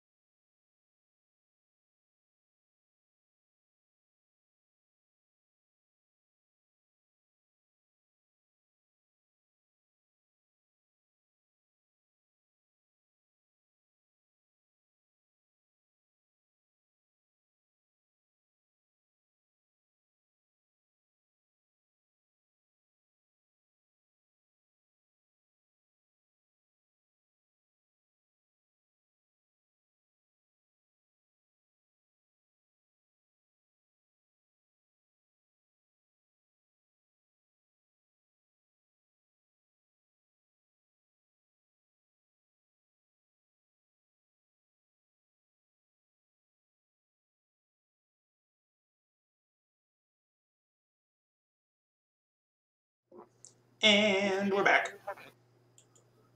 I wish I had a stinger to play for Cyrus's entrance. So Cyrus Flint makes his way back into the throne room. I start just like making a beeline for him. And I stop like inches away from him, like, yeah? He's not looking at you. Dea just has big eyes and her mouth is kind of open a little bit agape. Osmond says in Dwarvish, "What the fuck?" And he responds in common. Cyrus understands Dwarvish. So Cyrus replies in common, "Look, I know this probably seems very out of the blue. And I know you are probably not thrilled to see me right now. But, hold on. Going on push to talk. But, if this really is a chance to find out what happened to my parents, or at least my mother, and the rest of our group, I can't pass that up. So I will stick with you until this job is done, or I get the answers, or whatever. And if by the end of it you still don't want me around, Ethan looks at the ground and he's like, "We'll talk later, come on." And he walks back to the rest of the group. He looks he back just down at the stands there. ground and continues making his way over to the group, staying away from them, probably like a good 10 feet away from them, but like he's there to listen and pay attention. Osmond just kind of spins back around to the king. All right. Nathan's like holding his like clenched fists behind his back. You have our attention, Your Highness. I understand this must be let out of the blue. Alfie says. But this young man over here expressed interest in helping our cause, and at the moment, the safety of our citizens is of utmost importance. If you can decide to work together, that is. I believe we can work something out. I'm willing to put back on that band that you had, if it would put you guys at ease. Dea just looked over at Osmond. Yeah, so do I, and I said, "You're the one with the key." I was keeping it as a memory because I thought back, but I just kind of pull it out and toss it on the ground. Guess he's back now. I just kind of look back to the king. Dea gives you a little smile. She's proud. Azravana has no reaction. Cool. That's pretty on brand.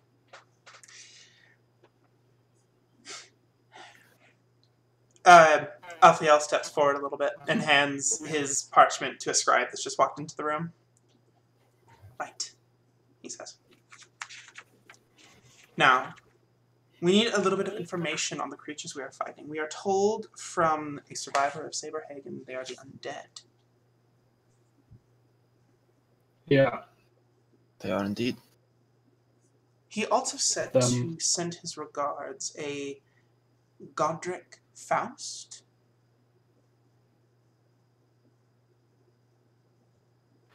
Fuck. Is that I knew that guy was shady. Shit. I knew something was off about him.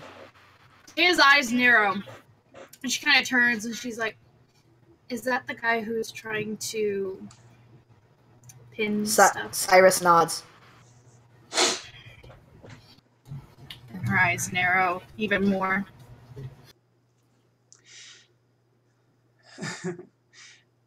According to his report, he's seen a corpse in the city, tall, with thin hair and staff. They seem to have a strong magical connection, and we suspect he's organizing the ghouls. Does this sound like anything you might have seen?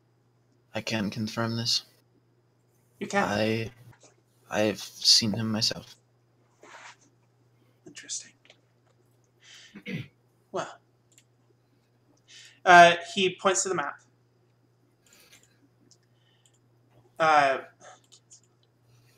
He points to the map, and he says, "As it stands, it is near impossible to traverse the road without being attacked. We have already had a few shipments get attacked by the undead. Yeah. It is here." He motions to a small icon in the middle of the forest, Fort Duncan. Oh, they wanted us to go clear out goblins there or something. Yeah. Okay. Sugar Bowl. Yeah, Sugar Bowl, that's right. Fucking Sugar Bowl. The Fort Duncan No. is a place of what used to be a strong military presence. We used to organize defense parties, military training, that sort of thing, until a very strangely organized group of bandits and goblins working together managed to sneak in and take it down. If we were to take it from the ruffians, we would have quite the advantageous staging ground near Saberhagen. The bandits are armed to the teeth, expecting an army. But we were hoping. He looks to the King's Guard. That a small and skilled task force would have better luck infiltrating it and systematically taking them out from the inside. Have you tried just buying them out? Bandits work solely on wealth. Unfortunately, their interests lie just a little more north of gold in spite. They know it is a disadvantage for us to not have that place occupied, and they essentially have run of the whole forest. They know it better than us. Does that sound like any bandit group that I've heard of? Does that sound like any MO? Roll history. You got it. Let me pull up my stats real quick. Hold up.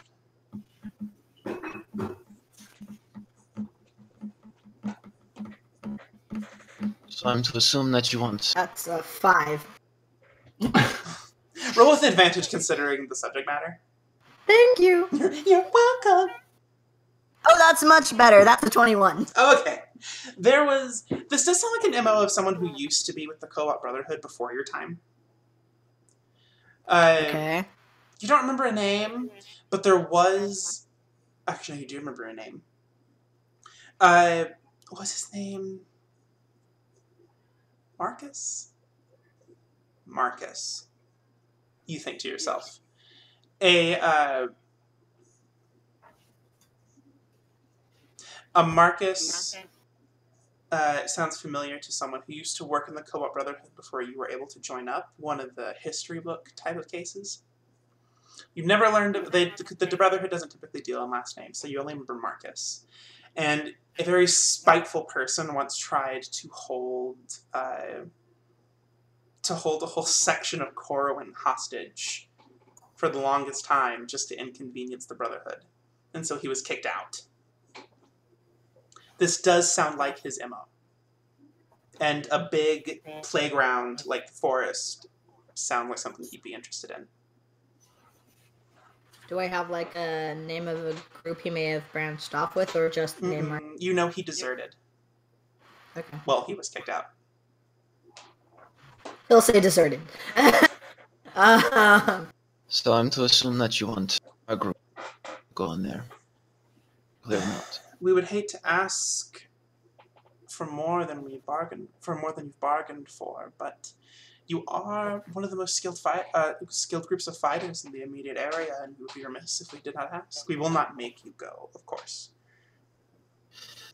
But it would be helpful. Yeah.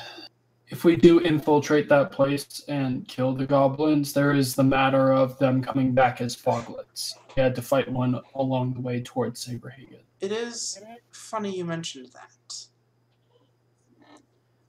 There is also the matter of the foglets. For the longest time, the city of Saberhagen has had problems with such creatures, and as such, they have adapted to burn their bodies at death. There have been no fresh corpses in that area for centuries, until recently. Yeah. There is a very powerful foglet called an ignis fatus.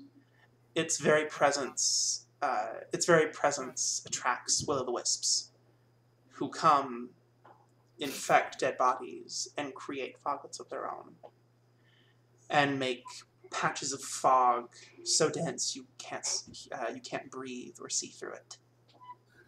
We've experienced this. My apologies. Ugly, horrible creatures. The ignis fatus, when dealt with, should cleanse the area of these effects, and hopefully will disperse the will-o'-the-wisps, and our hunters might be able to gather the rest. Should your journeys take you over towards Mount Witch Run, that is where the ignis fatus should reside. I gathered as much when we went through the area. Do you have any other conditions? Wait, so I'm sorry, I'm the slightest bit confused here. Are we going after this foglet thing, or are we going after the bandits? Or do you want us to go after the foglet and then the bandits? The bandits are our top priority. Admittedly, you can do any of these. You are not under contract to deal with foglets. You are to deal with bandits. If you are to bring back an ignis fatus head, along with any additional proof of a dead, unique foglet, we will be more than happy to pay you. We have plenty of researchers who are interested in the subject. It is entirely optional on your end, but we would be most grateful, and of course, willing to pay. We will see what we can do. Are there any other conditions? Conditions? Yes, any specific way you want it done? Bring back the head of the leader? Want us? We need the fort cleared. That has been making it very difficult to stage any kind of rescue attempt for the citizens of Saberhagen. The shield, it seems, does not very much longer for this world and will be brought down. When it is, God help us all. The undead will swarm the area. They'll spread out. It will be harder to deal with them. As it stands, a few that have escaped the shield do not seem to be under sway of any one kind, but feral, attacking whatever comes close. Right. There are also some of them a patchwork. Yes. Our hunters have brought in a torso that refused to die, a few heads, a few limbs, a finger.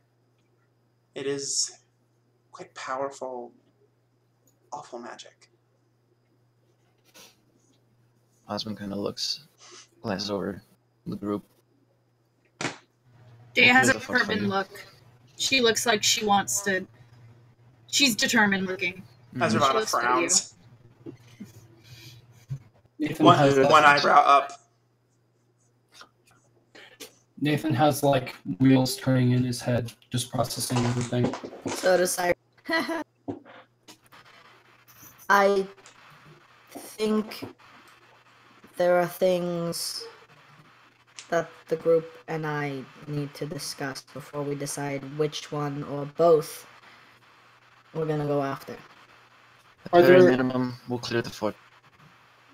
Are there any old charts of the fort itself at all? Of the fort itself? In case there are any weaknesses we can exploit. Floor plans. I will see if an archivist can't. Unfortunately, we had a errand boy who used to work for one of the nobles defect to the ruffians, and he unfortunately had very good access to our map stores. We shall see. Let me see if there's anything we can recover. We will get this back to you within the day. And you see one of the little squires behind him, like, scurry off.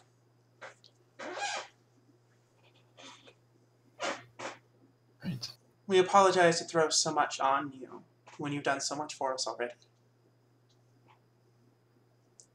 I believe we'll discuss things and should have an answer for you by today, tomorrow. Preferably today, so we can maybe... Today. Yeah. Wait!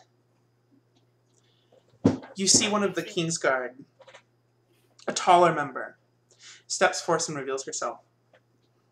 She moves her helmet, a drow, with silvery hair that's like held back into like a bun on the back of her head. I have a request as well. Let's hear it. She seems to eye Alfiel warily and just like intentionally ignore eye contact. A man of mine went missing. One of the guard. A few days ago, it seems, and it's just been brought to my attention, a few days ago, it seems he left Ciceron without approval on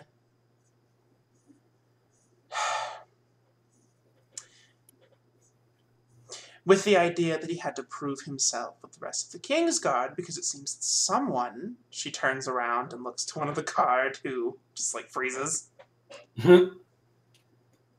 indicated that he was not good enough for our ranks and was too bookish. Is that what you said, Kilgore?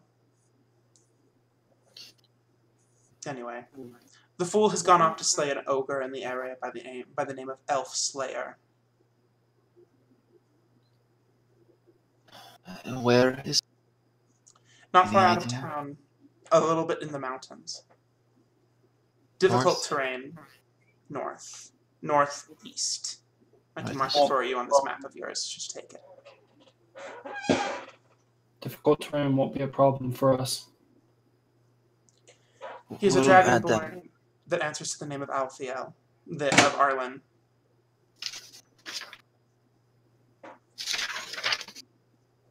Can you type that? Is there any description we can go off of? He left in his armor, golden armor, red scales, pretty small horns by a dragonborn standards. Right. We'll take this into our consideration. Thank you, Barton. Thank you for rescuing one idiot from himself and a bigger band of idiots called the King's Guard. She gives like a very angry expression to her constituents behind her. Nathan smiles and nods. Puts her helmet on and steps back with her head down. Alfiel does not seem pleased. Anyway, that is the status of things, and we appreciate you for your information. We will see that our hunters are armed appropriately. We'll have your answer for you before sun. Thank you. From the kingdom and for my daughters. Thank you for your consideration. Thank you, Your Highness. Bow and turn to walk out. Thea does a deep curtsy and follows suit. As does everyone. Yep. Nathan Short nods. bow, and walks. Nathan nods and stays standing there. Okay. Are you also following them out? Yeah, I just am gonna be like, I'm gonna wave. I'm like, bang. Thanks, King. So after a few seconds, once they're out, Nathan just asks, I just have one question, if I'm permitted to ask. You may. What do you know of the name Lumen?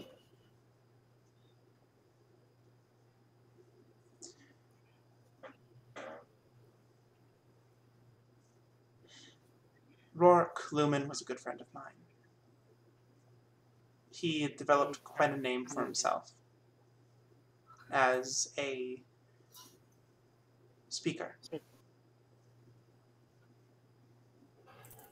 I've only known him as an adult, and he seems to have lived many lives.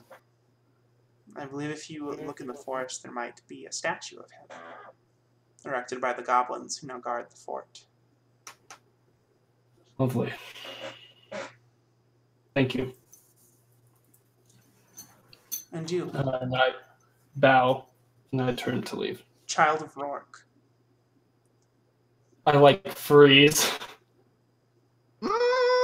And I turn back around. Be wary Yes, on this quest. Your father had a penchant for an advanced kind of trouble. So I've heard. And from what I've heard, it's that kind of trouble that he chased and left me and my mom alone. So I intend to steer clear of that if I can. You have no idea. Be at peace, child of Rourke. We will talk soon. I like give an actual bow this time. Thank you, Your Highness. And I make my way up. The respect level has risen. You can tell when Nathan actually starts to give a shit. Oh my god. Yes, Somebody call hell because I think it's about to freeze over. You now, party of 6, are now outside together again. Okay. Is Cyrus behind? Cyrus's last one. Last one. Okay. Before Nathan, Cyrus's last one. I'm gonna walk up to Cyrus as we're walking, because I was like behind there. I'm gonna walk up to him. I'm gonna pull out my portfolio, and then I'm just gonna show him the picture of the skyboat with all of us leaving. I'm just gonna show him like the 2 pictures, and I'm gonna be like, I'm confused, and then I'm just gonna close it and put it back in my pack and walk up toward the top front of the line. We have a lot to talk about, but we shouldn't do it here. And I'll turn and start heading back to the inn. I'll follow. Yeah, Daya's kind of like, she kind of stops, and you can tell she has her fists clenched.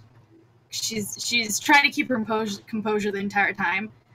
She turns to you, Cyrus, and she kind of just glares and says, "Next time you decide to leave us, give us the decency and say it to our faces." And she's kind of like, she's got tears in the corner of her eyes, and she kind of like gives him a shove, and then she's like looking down at the ground, and then she gives him a hug. Aww. Very angry hug. It hurts. Like, it kind of hurts. Yeah. I imagine this is when Nathan like walks out and he just like stops and waits for them to be done. This is not quite what I was expecting. Okay, let's go, and kind of gives him a shove and just starts walking towards the end. Yeah, okay, that's fair.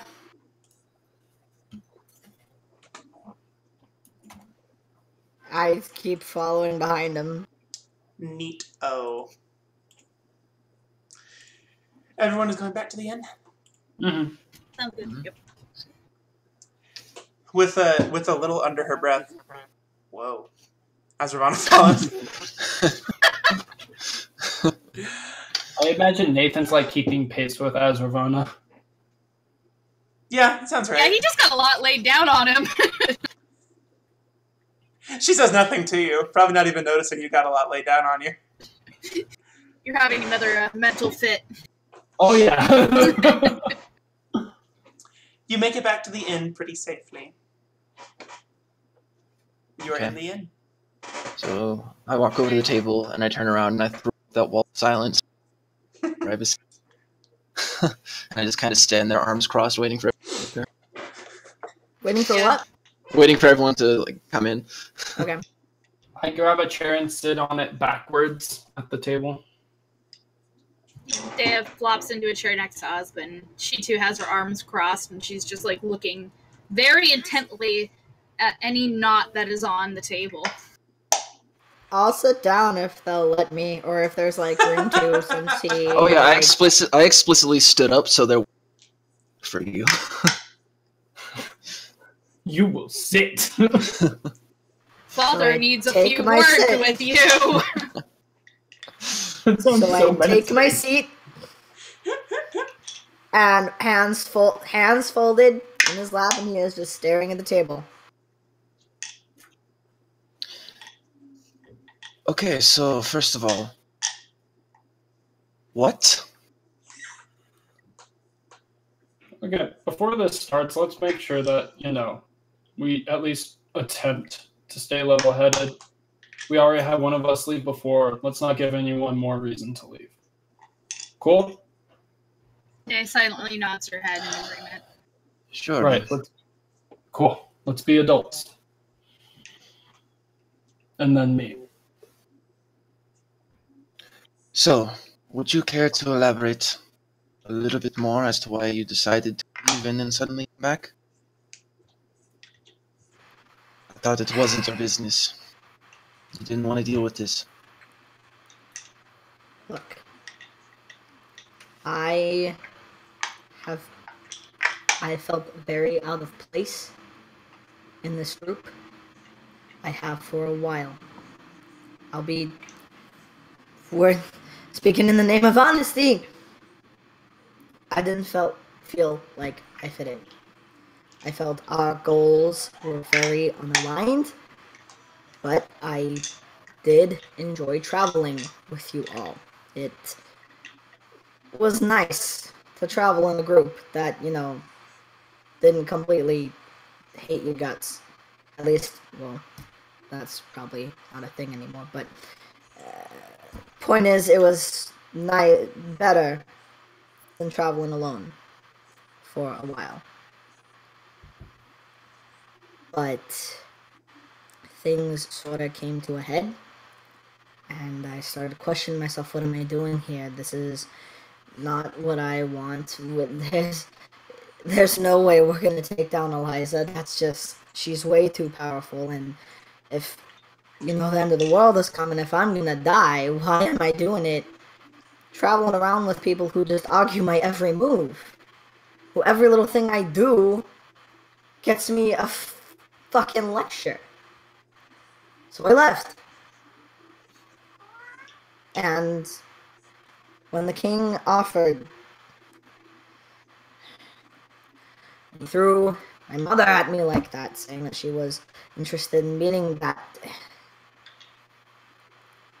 I couldn't take it right then and there, and I can explain why if you want, but it was a lot. And I couldn't even begin to process the fact that she might even still be alive, let alone I could maybe meet her and get answers as to what happened. So I was too upset, and I couldn't think, I couldn't process, and seeing you guys again, I was trying to honor what I said, and I looked straight up at Osmond. I was trying to honor not coming around you anymore. And I went for a walk, got a drink, cleared my head for a bit, and I realized this is probably my only shot at getting some answers. And while I know this only makes things even more awkward, it wasn't something I could pass up.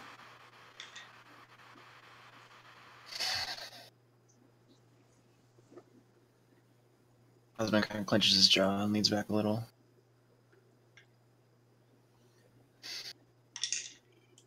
I'm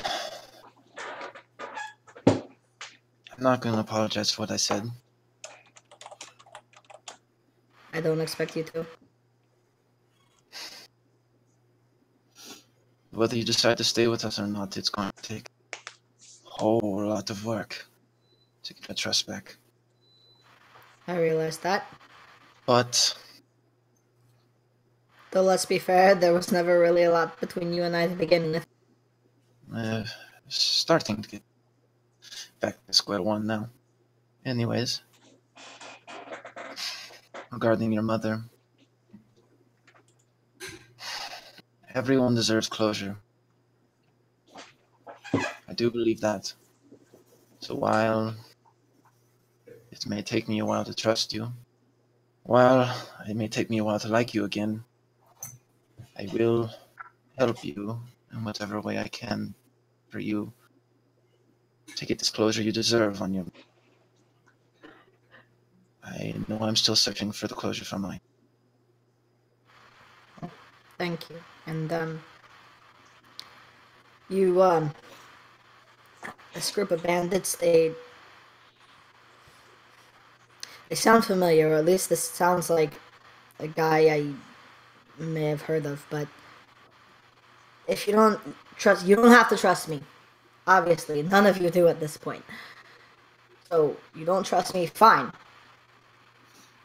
But I want you to know that I have a certain skill set and a certain knowledge of things, of how bandits typically work. So, Yeah, I want you to know all of that information is good. So, you don't trust me, fine. Trust that the ex-bandit, the ex-mobster, can get inside the head of a current one. Last time we went at people similar to bandits, spread about our ideas about how to go, about dealing with it. It turned to shit real fast, so... Well, it didn't help that their leader saw right through my disguise, and that I knew him. yes. This guy I don't know personally. He was before my... Unless use that to our advantage. That was my thinking. We're both ex-Brotherhood. I could come in there saying I've started my own splinter group. Heard they've been getting traction up here, and we wanted in on something. But I'm open to other ideas. That was just my initial game plan. The king mentioned that they were there out of spite, not just monetary reasons. Very true. Meaning bribing them isn't going to be an option. But do you think it would be possible to talk them into leaving if they understood what was on the line? I kind of look at Cyrus when I say this, like... You know them, this type, best. Would this be something they would go for? Do they care about greater good? Not typically. Do they care about their lives above anything else? No. Generally speaking, if it doesn't immediately threaten them, it's not a threat. And especially if they're doing this out of spite, this guy, if he's who I think he is, a lot of things he does are out of spite. So if we go in there and tell him he's fucking shit up, basically, that'll only give him more reason to stay. Well, then let's not talk. Let's just make it chaotic. Give him no rhyme or reason as to what we're doing, but eliminate his numbers one by one in front of his eyes. If nothing else, seeing other people get ripped apart by giant bats and then the entrails dropped right on top of him might actually give him a reason to have pause. Daya's gonna be looking over at Nathan when he's talking to this and just has an eyebrow raised. What happened? So I don't know whether or not to be scared or impressed. Husband just kind of like grabs the bridge of his nose. So you're saying just As Ravana just like nodding to herself a little bit, like, yeah. That could work. I mean, for those who don't value anything but their own lives, seeing others torn apart in front of them and knowing what's coming for them might put them in a negotiating mood. Right, or at the very least might run him out. Mm-hmm. Guys like him don't typically tend to be very loyal, so if he sees all his underlings getting torn to shreds, he just might... Then we take him out and it gives the rest of them nothing to stand by.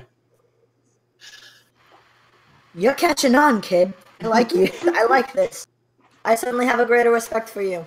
You all know my shtick by now. We go and do this. I will not kill anyone there.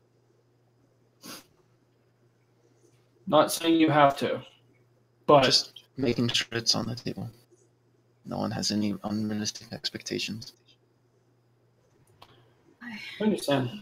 I don't like the idea of killing. I like the idea of second chances, but also I'm trying to read more into the teachings of Serenray, and she is big on justice. If these people are murderers, if they do not accept any redemption, I can't stand by anymore and not do anything. I have some power in me. I might not be good at it, but I can do something. And after seeing all the carnage that has happened, after seeing so many people die, I'm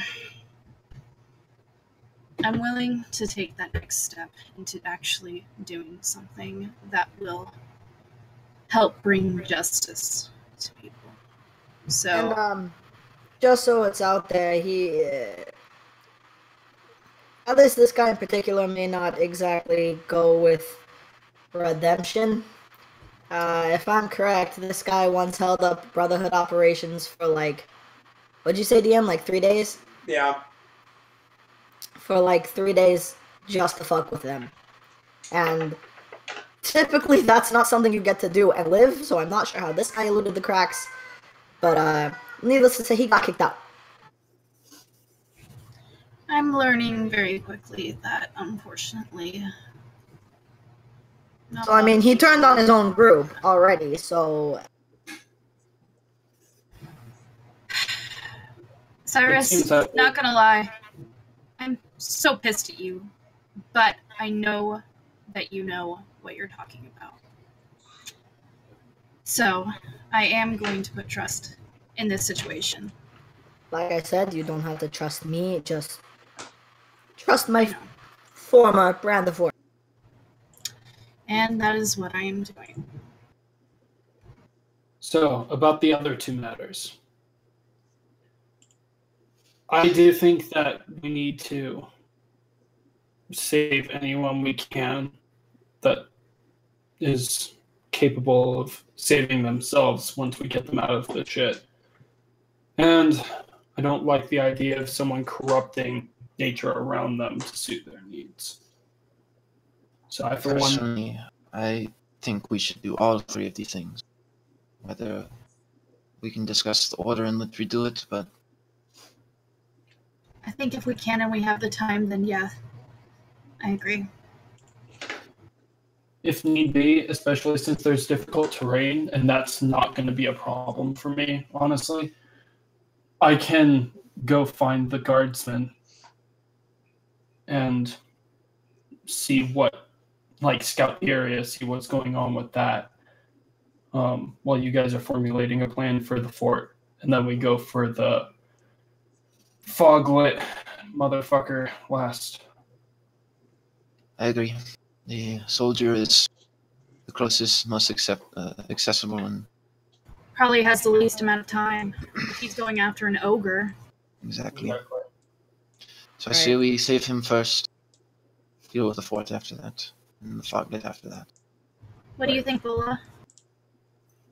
Yeah. As Ravana says, I agree. Any specific ideas on either of you guys' parts? Yeah. I'm not the best at planning. You're a good improviser.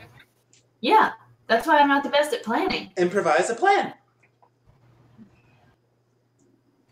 All right. Okay, so... Just to go forward, how okay with you for, sitting on something while it's moving and whacking at people while you are? But that would be fun. Cool. Right. So So soldier first, then fort, then foglet. Right. is there anything else with either of these three that we need to discuss before give the king our answer? I mean, unless we want to get some more stuff out on the table before we give our answer. I was just gonna say, do we want to go tell the king our answer first, or are we addressing the elephant in the room first? It's been addressed. They know. That's Well, not there's what I'm another talking about. So, since I've been kind of preachy about put all your stuff on the table, and I specifically turned to Osmond, I got some answers after you guys left. And I don't think it's any immediate danger to us necessarily, but whatever my father was pursuing was dangerous. And this is coming from the king who was friends with him. Just figured I'd let it out there Good to know. so that you guys knew ahead of time. Good to know, but again, not quite what I was talking about. What is it? I meant you all are obviously very pissed at me. I'm sure you have other questions. So is the interrogation going to happen now, or now, or after we tell the king our answers? My questions are personal. Mine can wait. Yeah, I know all I need to know about you. You're a previous criminal. You... Not quite. Okay. Just again, in the name of throwing stuff on the table, the Brotherhood is apparently hunting me. But, I don't think they'll come after me as long as I'm with you guys. Gerard may have found me last night, 2 nights ago. I can't even remember. Gerard may have found me and surrounded me and cornered me, and I managed to persuade him to give me more time to get a little bit of a head start. But I specifically remember him saying he never thought I'd leave this group, and he thought he'd never get me alone. So just again, everything on the table, they're hunting me, but I don't think it's quite an immediate threat. Thank you for being honest.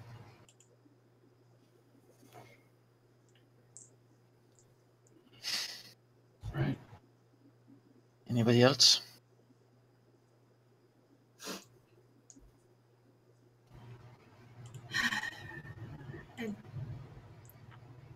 I think, like we've mentioned before, we're all in this. No matter what, there's something connecting all of us, whether it's with Eliza or everything that's been going on. Right. And I think we can be a really, really good team as long as we're honest. And Cyrus, as much as I'm pissed that you left the way you did, to some extent, I understand why. And I don't want anything like that to happen again. And I want to be a better friend. And I know I haven't. It wasn't you. You had nothing to do with any of it. I know, but I still don't want anything like this to happen again. So I'm going to do at least my part as much as I can. Whether or not you're here just for a short time or not, I think we can at least work together as long as we're all upfront and I guess just communicate more. Right. Well, I'll go tell the king. If anyone wants to come with, please feel free. If not, I can do it myself. I'll come with. Alright. We'll be back in a I'll little. stay here. I'll stay here as well. I stand up and I turn to Cyrus and I say, so I've gotten comfy with the bed, so I hope you like the floor. I'll drop the wall of silence and then me and Nathan. Okay.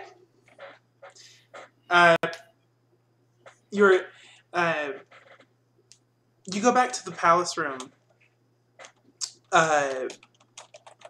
And before you can enter, you are greeted by his advisor again. Alfiel. And he seems to have been waiting for you. Have we reached a decision? We have, yes. We have decided as a group that we will take on the challenge of the fort. We will clear it for you. However, we do intend on soldier first. Then we'll deal with the fort after that, and the foglet after that. He gives you a deep bow. A squire of his hurries over to you, Nathan, and gives you a singed map. Well, shows you a singed map. Okay. And tells you this is all we could find. There aren't many records of the place left. It's just, it's not so much a map as it is mostly burned locations. So, like, any rhyme or reason you'd be able to draw from said map is gone. Kind of useless. Okay. Please, if there is anything that you need, I'll be around. Thank you for your patience. The people of Falternon and Saberhagen are in your debt.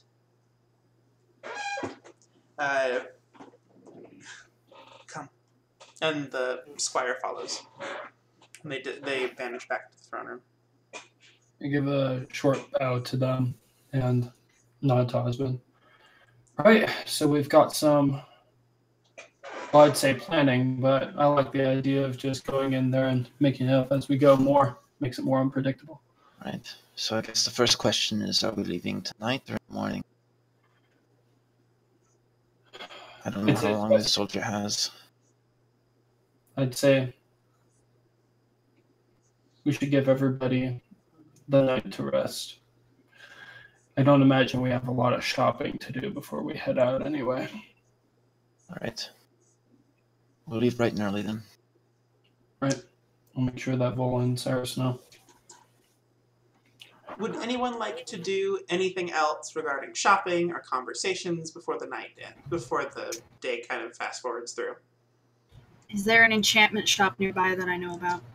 You can certainly look, but you don't think so. If you were to find an enchantment shop, it would probably be in Saberhagen. Oof. Fuck!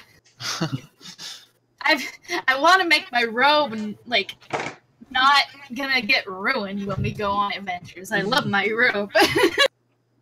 She's got a little bit of an imagery that she likes. Alright, but I'll make do. I have mending, hopefully. And you have prestidigitation, don't you? No, I do not. Oh, you're fucked. I think that's... Goodbye, yeah, robe. Yeah. Isn't that where... Prestidigitation is a wonderful cantrip. Yeah, it is. How do you think Cyrus's clothes stay so clean all the time? Maybe I'll try and sweet talk him. I think he's... I feel like you do it freely. You could experiment if you so wish with, like, and if you can, like, search like for some enchanter's tools. If that's something you're interested in, you can start trying to learn it yourself. If that's something you're interested in at all. Yeah, that could be. Yeah. Yeah. I don't see why not. Let me grab. Probably. What time is it during the day? Probably like. It's still pretty early because you just had your meeting in the morning, so it's probably say, like. I feel like it's pretty early. It's still like 11:30.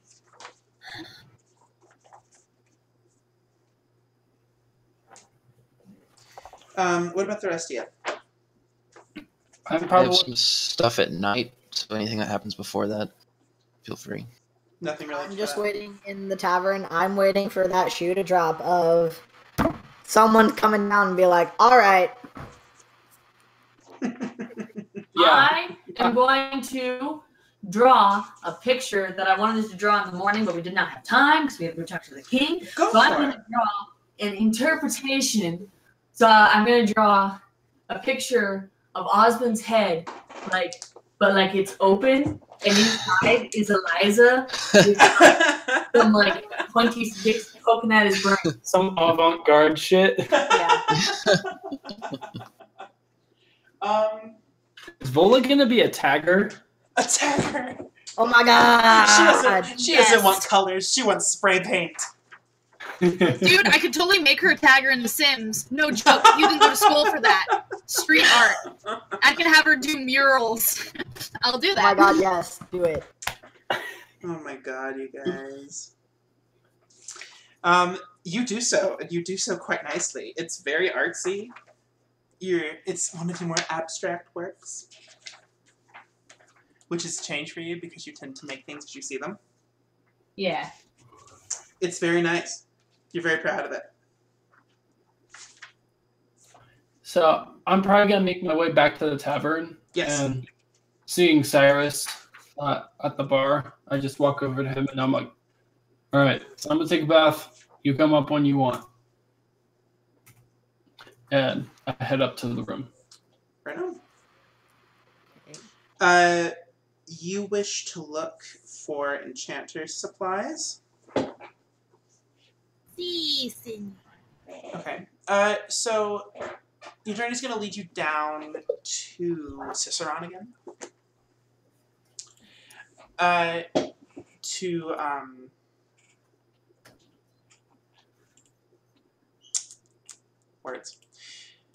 To a Dragonborn trading shop. Run by an older Dragonborn. You've heard your companions, like, in passing talk about him. It's just like a general store.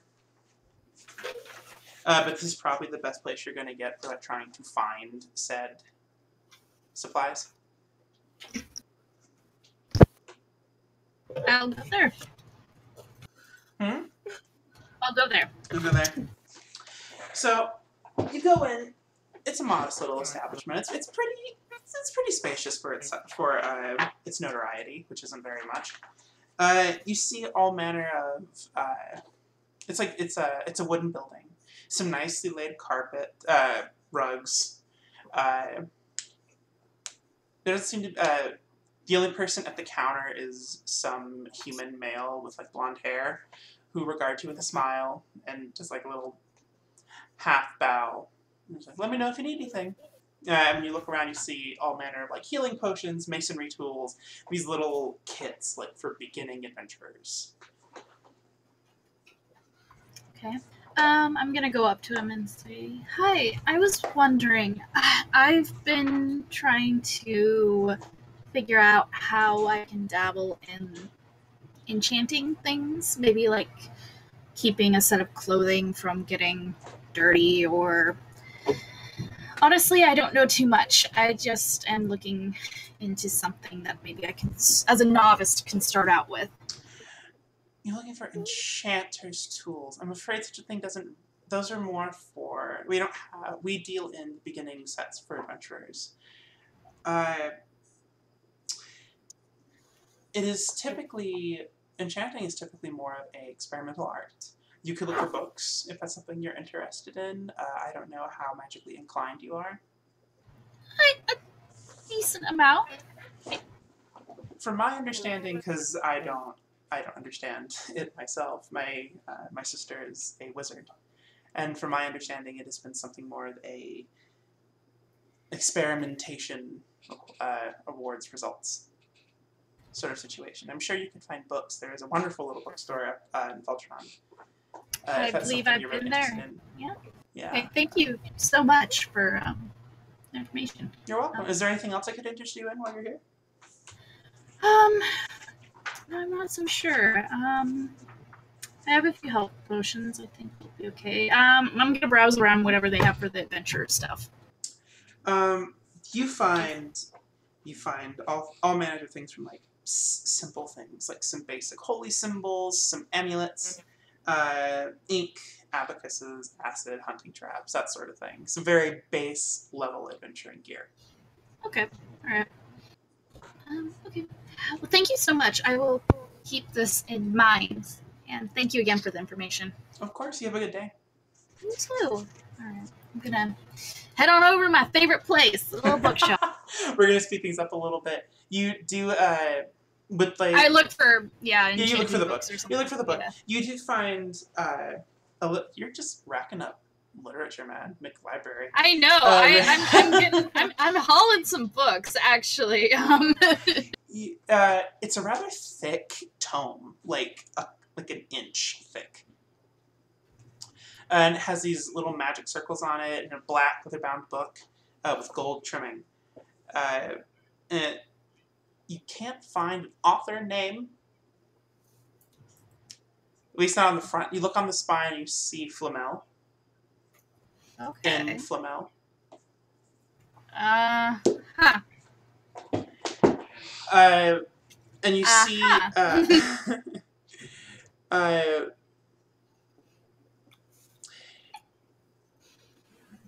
you see on like right on in the middle of a big enchanting circle. You see in a foreign language to you at first, like an introduction, and then a beginner's guide to enchanting. Alright, I'm gonna buy that sucker. Or, yeah, let me think. I'm trying to think. I probably have read through Osmond's book. You probably skimmed. I sat down and read it. That was last night. That was last... Okay, never mind. Or I'm trying to think. the Should I night trade before. anything in? We're not moving very fast timeline-wise in this. No, alright. I'm just gonna buy another one. Rack me up. I'm gonna have a library. You do so, it comes out to about 2 gold pieces. Alright, smack them down and buy my book. Awesome. Anything else anybody wants to do before we sleep? Any conversations? So I was gonna say, when Nathan came in and bath, come up when you're ready. Osmond's just gonna turn to Cyrus and say, "So we're thinking about going after the troll first thing in the morning. Come back, sleep, hit the fort the next day." Sounds good. And he's gonna head up, go to the room, and finish working on his cipher. And then I have something later in the night, but I probably 5 to 10 minutes, and then I'll go. We're going to say you each dealt with the reunion in your own ways. As Ravana dealt with hers by mostly sleeping and reading. Which seems pretty on brand for Azravana. Nathan, you took your shower, you walked around a little bit, Vola did her drawing, you did some light reading on the practices of enchanting.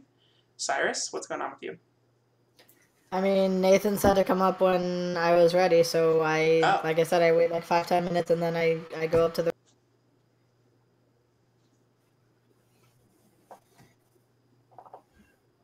So,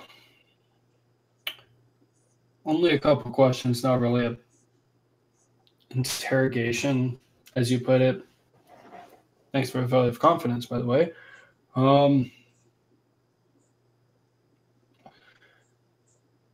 Once you get your answers, what are you hoping for?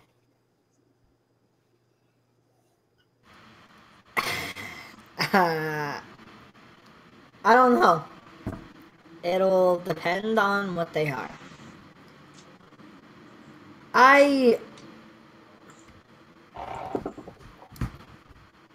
had to convince myself that my parents were dead. I was about 6 or 7 years old.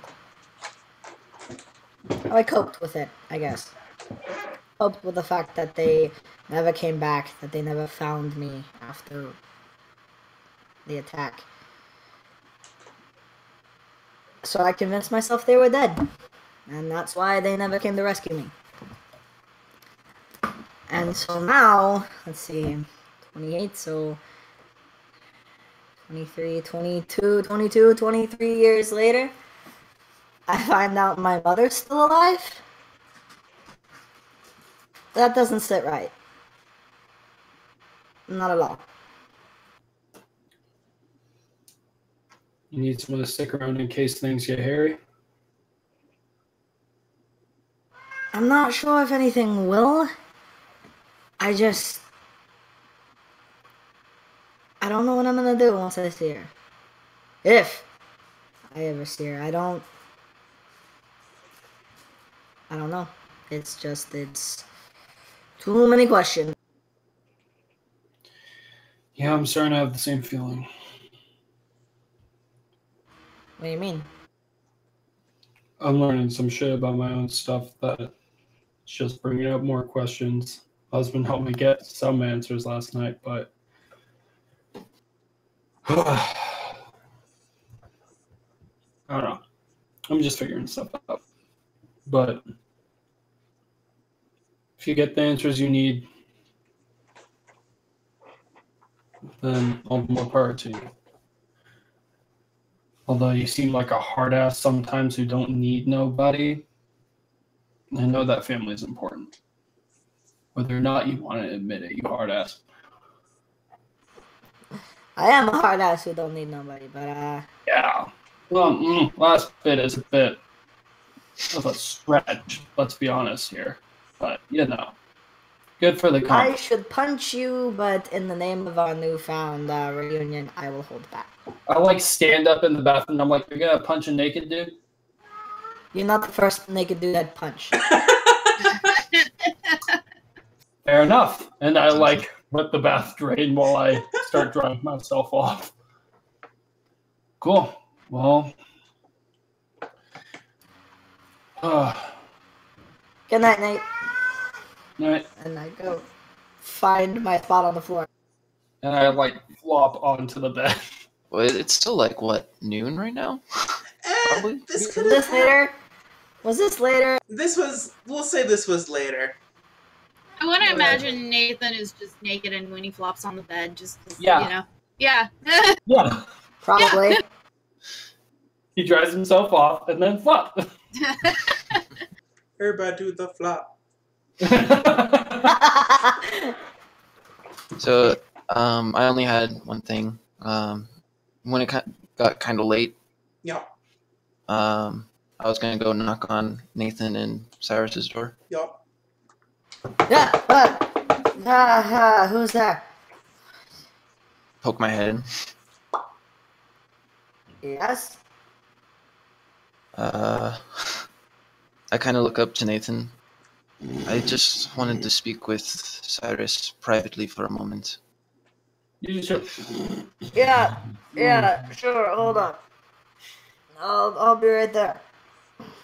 Nathan's still passed out. Oh, well. Oh, so then I would have just said Yeah. I just That's what I'm saying. Is all you hear. Well, he seems to be pretty knocked out. What's up? So I'm gonna come in and close the door. So I know we've always had our differences, and guarantee we will continue to have our differences. And if to say no, I figured you'd be the best one to ask for this. I was going to ask you a while ago, but I have a favor to ask. Okay. So even just in case, I'm gonna cast silence underneath Nathan, just so he can't hear anything. Just in case. No more snoring. No more snoring. Yeah. With all this Eliza stuff that's been going on, I've been worried that in some way, shape, or form, I won't be able to fight back anymore, and that she'll take control. And I'd hate for that to happen and for me to hurt any of you, especially Dea or Nathan. So, I wanted to ask you because I know you'd be the one most likely to say yes to this, but if that ever does happen, if I'm ever over the edge, if I'm ever seeming to threaten the health of anyone in this group, well, you can probably see where I'm going with this, but... I think I've got it figured out. Right. And yeah, we will always have our differences on this, I'm sure, but I can promise you that if you ever threaten me, my scimitar I will not hesitate to jam my scimitar into your chest. I expect nothing less. But if that needs to extend to keeping everybody else safe, I'm probably the only one who would even have the guts to do it. That's why I came to you. Sure. If it gets too much, I hold my hand out. I've got your back. Osmond shakes. All right. I'll dispel the silence.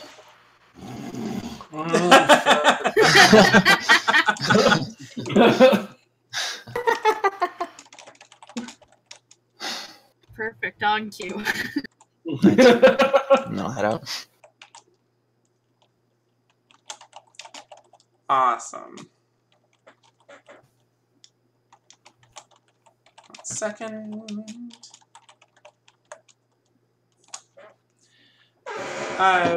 Okay. I want to journal a little.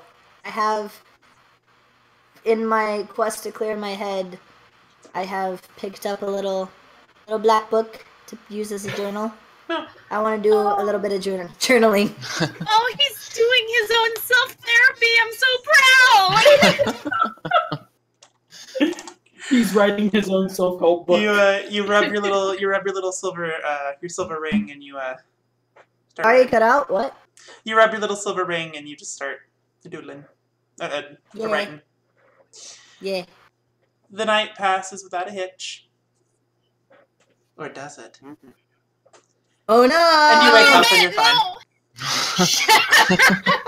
Vince. I didn't think I'd have to put in the comic soon. Does he have to follow through tonight? The night passes. It is now morning. Everyone wakes up just fine. Gets down to the common room. Ready to go.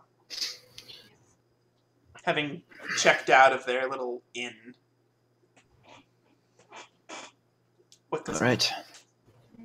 Let's go take care of this. Come on, let's go. He's like still half asleep. Cyrus is not a morning person. He gives him a big old smack on the back. Ah, Let's go. Fuck. And she just gives him a little. That's gonna bruise now. Why would you do that? Oh, you're tougher than you look, Sai. Wait, so you don't usually get bruises? I figured that was your kink level. Never mind, let's go. And I rush out the door. He's just looking at him like, what? It will not bruise in the fun way, is what I mean. With anything I say, if I'm like, oh, that's gonna bruise, that really hurt, assume there is a modifier. The modifier to the end of that sentence is not in the fun way. I usually add that to the end of all your sentences. Smart boy. He's going places. Well, yeah, out this door to get this done. I slowly take out my dagger. Hold up, look like I'm gonna throw it at him, and then I put it away. I like sassy Nathan. I know. Someone has to. And so I lead the way out of the tavern. Okay. It just kind of shakes her head, and under her breath she kind of says, "I missed you, Sai," and she walks out. You leave the tavern. You make your way down back to Ciceron with Azrabana and her posse in tow, of course. And you approach the gates of Ciceron, passing through with ease and a salute from the guards. You leave the city and are left in the woods once more. A low fog clings to your feet. The rustling of leaves fills your senses. And you are in the woods again. So it was the northeast that the Yes, they indicated a point just into the mountains a little along the way. So let me mark it for you on your map real quick. Okay. About how far of travel would a couple hours? Let me see on this map. A day. Okay. It's actually kind of going back in the direction of Saberhagen. You'll see there's 2 mountains that are just in the forest that are away from the mountain line. Yep. That is where you're headed.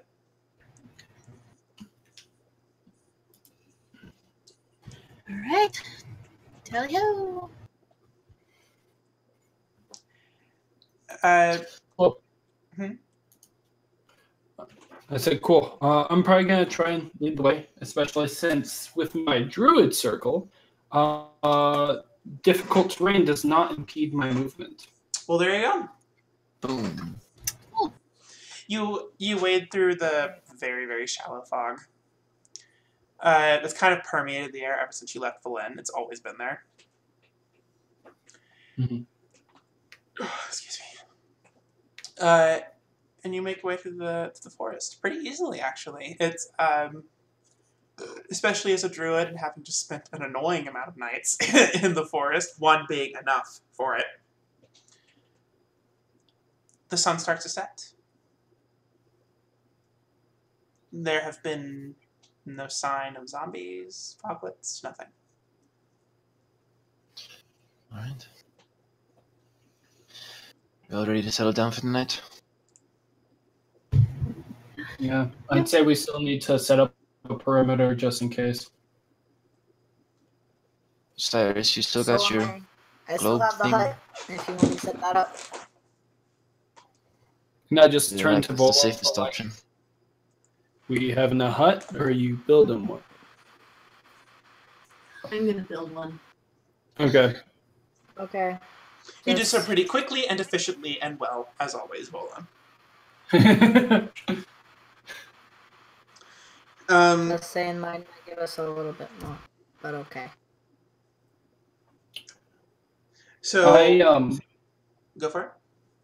Well, I was just gonna say I was gonna try and use Druidcraft to make the area a little bit more, like Condensed, like hidden. Yeah, condensed. Yeah, you can do that. You help the trees just move ever so slightly, like favor the direction of you ever so slightly, so that the plants start to grow around you. You do quite well. Cool. You feel safer. So is Vola's hut just for Vola, or like... I'm just wondering if I'm casting my spell. Is it just for you? It'll take you more time to build a bunch for other people. What if I just build like a big one? Mine With their will help, take... you could do it. Mine will take like 10 minutes. I don't think even that long. And if we're gonna have a long rest, then that will... In which case, then I will just build my singular just for me hut. Okay. Okay, cool. Yeah, it only takes a minute. So she goes to pick up a stick, and then... Yeah.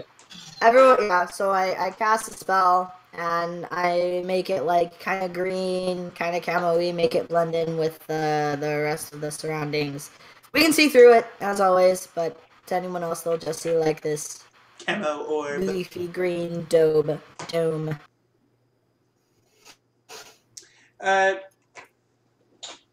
The sun sets.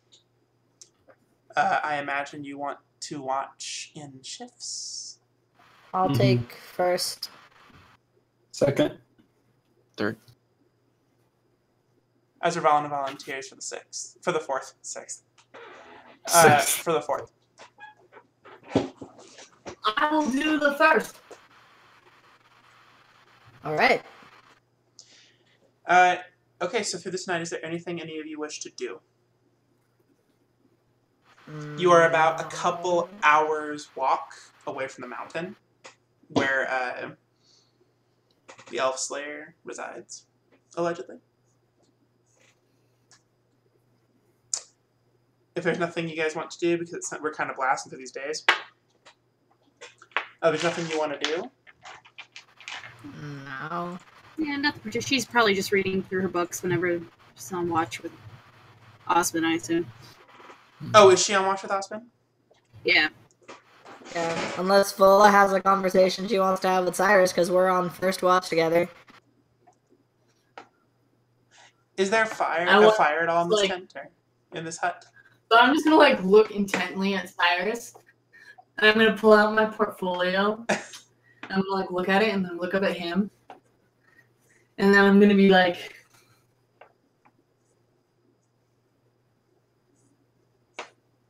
and just stare. And then I'm gonna go back down to my portfolio, and I'm just gonna pull out a new piece of paper, and I'm just gonna draw a big sad face. This is how you make me feel. And then I'm gonna go, so I don't waste that paper. I'm gonna actually turn that sad face. I'm gonna make a line art and do something cool, like maybe like make the fire in the camp or something. Yeah. Around the sad. Is there a fire in this hut or no? Probably a small one, just to like keep warm. Okay. But I'm not like burning down the fucking forest. Yeah. It's like Oh, wait, would the smoke go out of it, or would we all just like suffocate? We're gonna say the smoke in the hut. in the hut. Yeah. No, it would go out. It'd go out. Okay. So on my watch, so I've done this before. Let me know if this one is doable. I want to make another wooden coin of like bark from the trees. Do you want it to look like anything? On one side, I want it to look like a jester's hat, and on the other side, a like chess piece. Like a rook? Yeah. Okay, you do so. Druidcraft, pretty easy to do that. Cool. You find And like then some bark on the ground and just molds itself into your hand. Cool. And so I just like hang on to it until the morning. Cool. Cyrus Vola had their thing. Dea, Osmond, was she doing anything? She's probably just Make out. not keeping watch. No! No! No. Osmond, Yes. you get the sneaking suspicion that there is someone watching you. You're In his head, or... Yeah, it's because you're staring at the fire and you look to your side and you see Eliza, sitting with her fist around her chin, staring at the fire.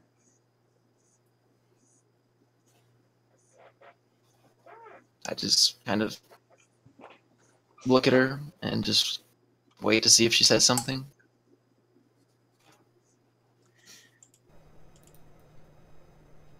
I'm sorry, you know. She looks to you. For what?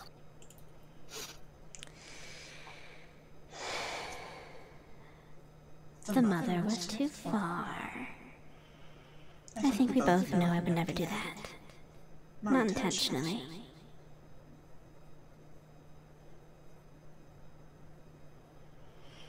I guess I don't know well solitude. Never really thought about it before. I thought apologies would come past you. She looks stunned. Apologies are never past anyone, cleric. Isn't that what you preach? He's talking in his head, right? Mm. I'm none the wiser. I'm just sitting next to him reading.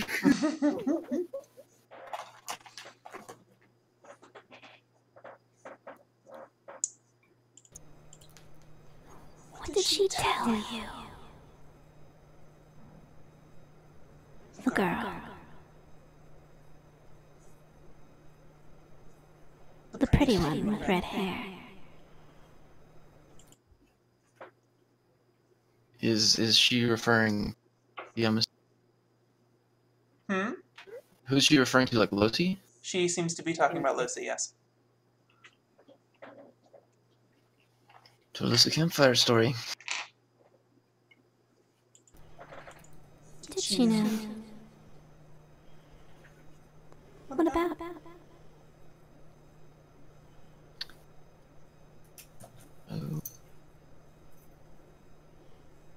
I, as a player, am trying to recall. She told you the story about what she believes to have been Eliza, about a brother and sister, and there was an orchard, and they had... the brother was an accomplished healer, and the sister made a deal with some creature in an orchard, and the town blew up or something. If you remember My book Yeah. showed that, and I showed it to you. Something about a brother and a sister, an orchid, town being destroyed.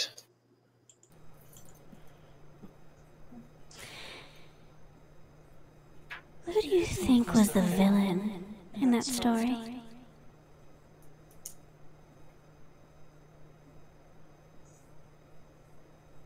Well, clearly you're gonna tell me, so...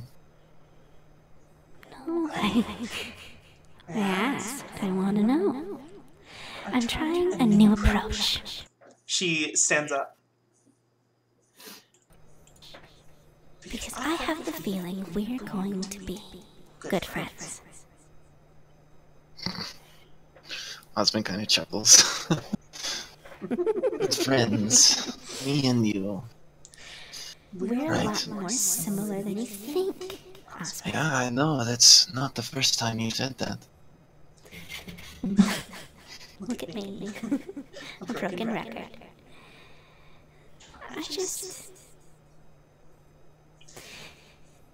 Who do you think writes those stories? Well, it's quite common knowledge that it comes from Victor. Exactly. I wonder if that's really what happened to that poor girl. Well, maybe not. But that wasn't there, and that's all I have to go off. And the way I see it, you've done a lot of fucked up shit. She seems genuinely saddened by your words.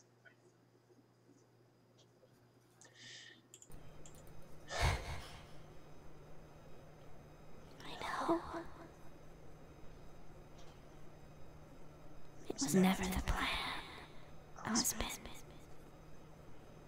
And yet here we are. You threatened my mother, and I'll never forgive that. Ever. None of our loved ones stay. I should Sorry, have you told cut you out. that from the start. Sorry, you cut out on the first part. None of our loved ones ever stay. Again. You cut out again. It happened again. Exact None same of our loved ones ever stay. Okay. I should have told you that from the start. Perhaps. It was never my intention to upset you. Only to educate. And I just hope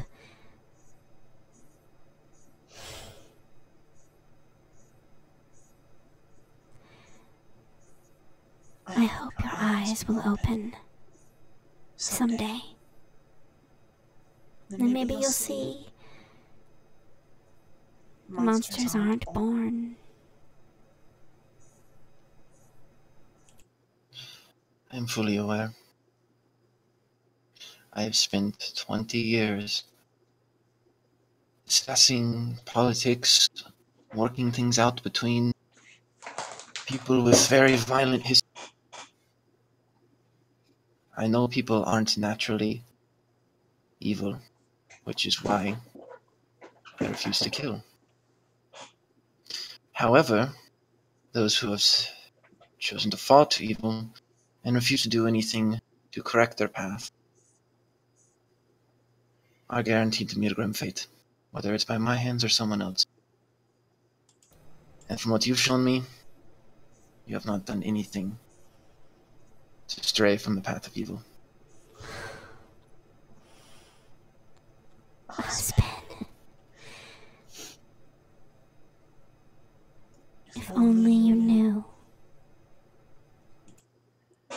she vanishes. Dan, can you hear through this tent? By the way, Cyrus. Yeah. Yes, I believe sound goes through. Yeah, sound goes through. Just like attacks and magic can't. You. It's by all intents and purposes. It's just a basic like 20-foot tent. That's essentially all I've created. You hear in the distance, "Help!" Dan. Me? Yes. Am I outside the tent? Are we both outside the tent? You're in the tent, but you can hear the tent. Okay. I look up from my book. Help! Did you hear that? Osmond looks very distracted right now, kind of like... Yeah. there. Okay, I'm gonna put my book down and look outside. Stick my head out of the barrier. Kind of like... Come to... What? Hear There- what?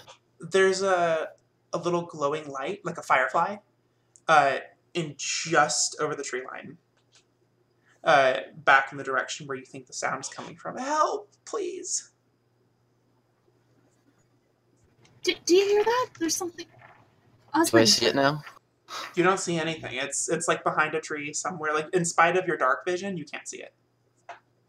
But I can see it? No, you just. No, I. Oh, sorry. You meant the light. You see like the firefly thing. Yeah. Do you see that? Yeah. Would I recognize what this is? Like, is it like Willow-Wispy? Make a history check. History? Yeah. Intelligence check. Make an intelligence check. Intelligence check. Okay, that's pretty good. That is an 18 on the die, so it's a 19 total. It could be. Will-o'-the-wisps and fireflies are very close as far as what they look like. And this isn't your area of expertise. But will-o'-wisps are undead. I know a lot about undead.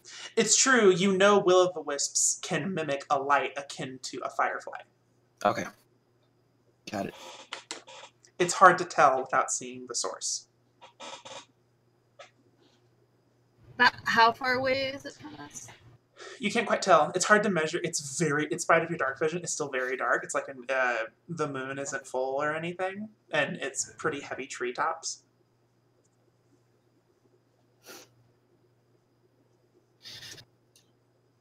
What do you think? Help! Did you hear that? Do you hear that? I do.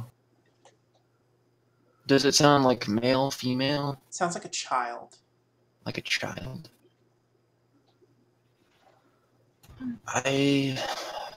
Gosh. Do you want to wake up everyone else? Or... I want to at least let them know what's going on, because I know this Right. probably... I want to know what that is, if that is a child out there. And she goes and, like, starts shake Nathan. Just gently shake him. Shake him. Ah, shark bit my ass. What? That explains... Not the time!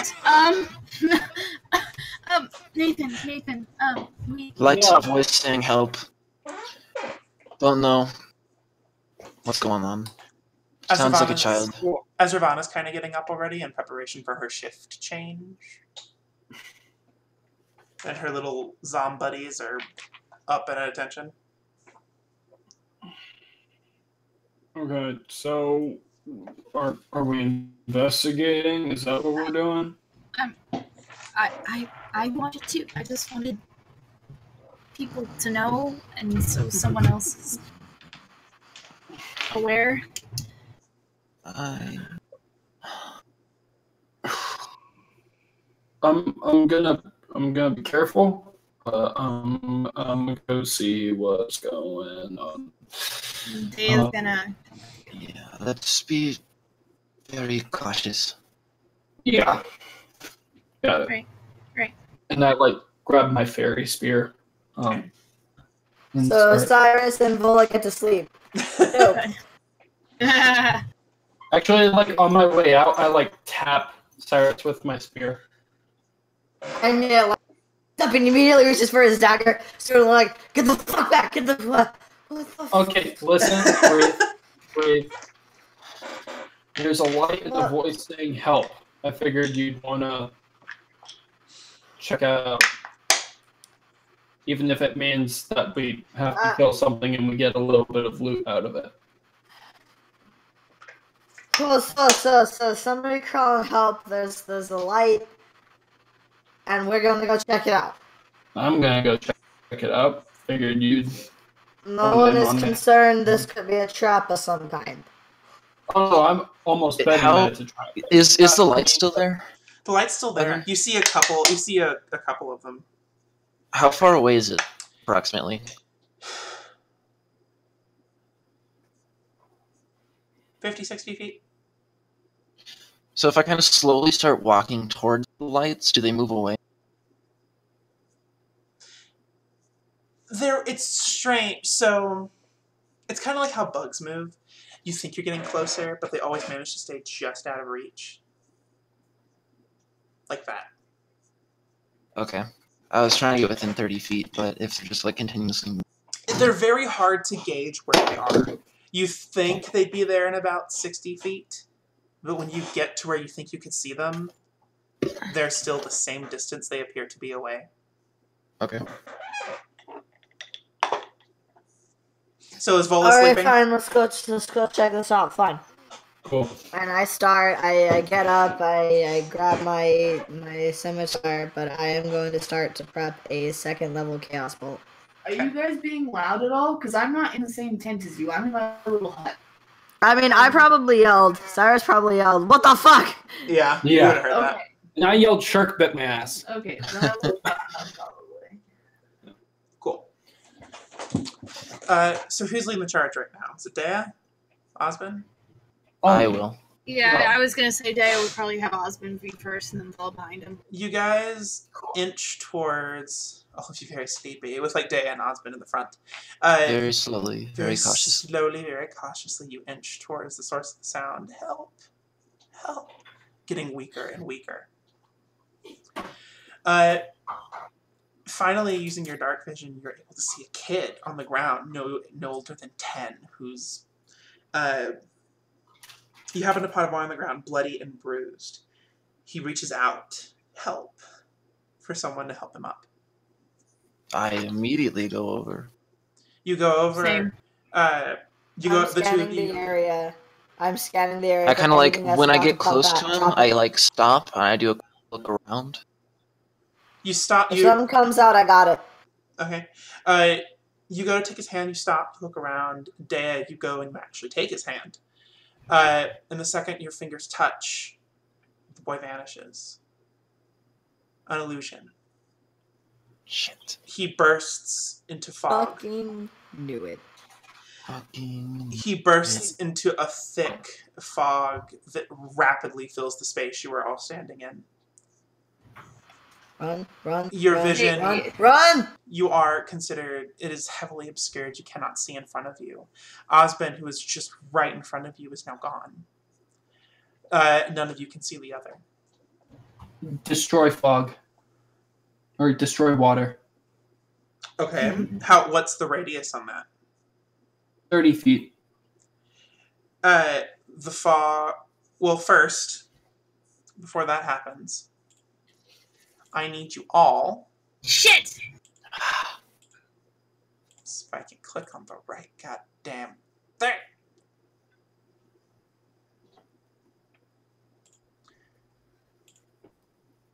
I'm scared. I need you all to roll initiative. Worse. I knew it. Worse. I fucking knew it. Okay. I'm God looking damn. back at the stuff I chose when I leveled up, and I really wish I would have chosen prestigiation or whatever. Prestidigitation? Yeah, yeah. I'm like, fuck!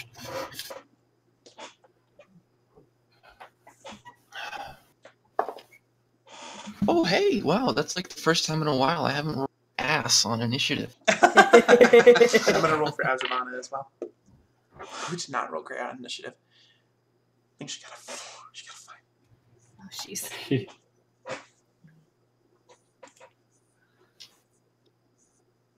Cyrus, what's your initiative? 15. Vola? 13. Dea? 16. Nathan? Also a 13. Osmond? Also a 16. Okay. And that is where we're going to end our session tonight. No, not fair! Shit! I was ready. I wanted Damn to it! I was ready. Bully. God My damn it! body was ready. I knew the list of spells to do I in finally have order. everything set up nicely so I can maybe do something efficient. God fucking damn it. Thank you, everybody, for joining us, Diceaholics, tonight. We're done. Say bye, stream. Good night. Bye, stream. Bye.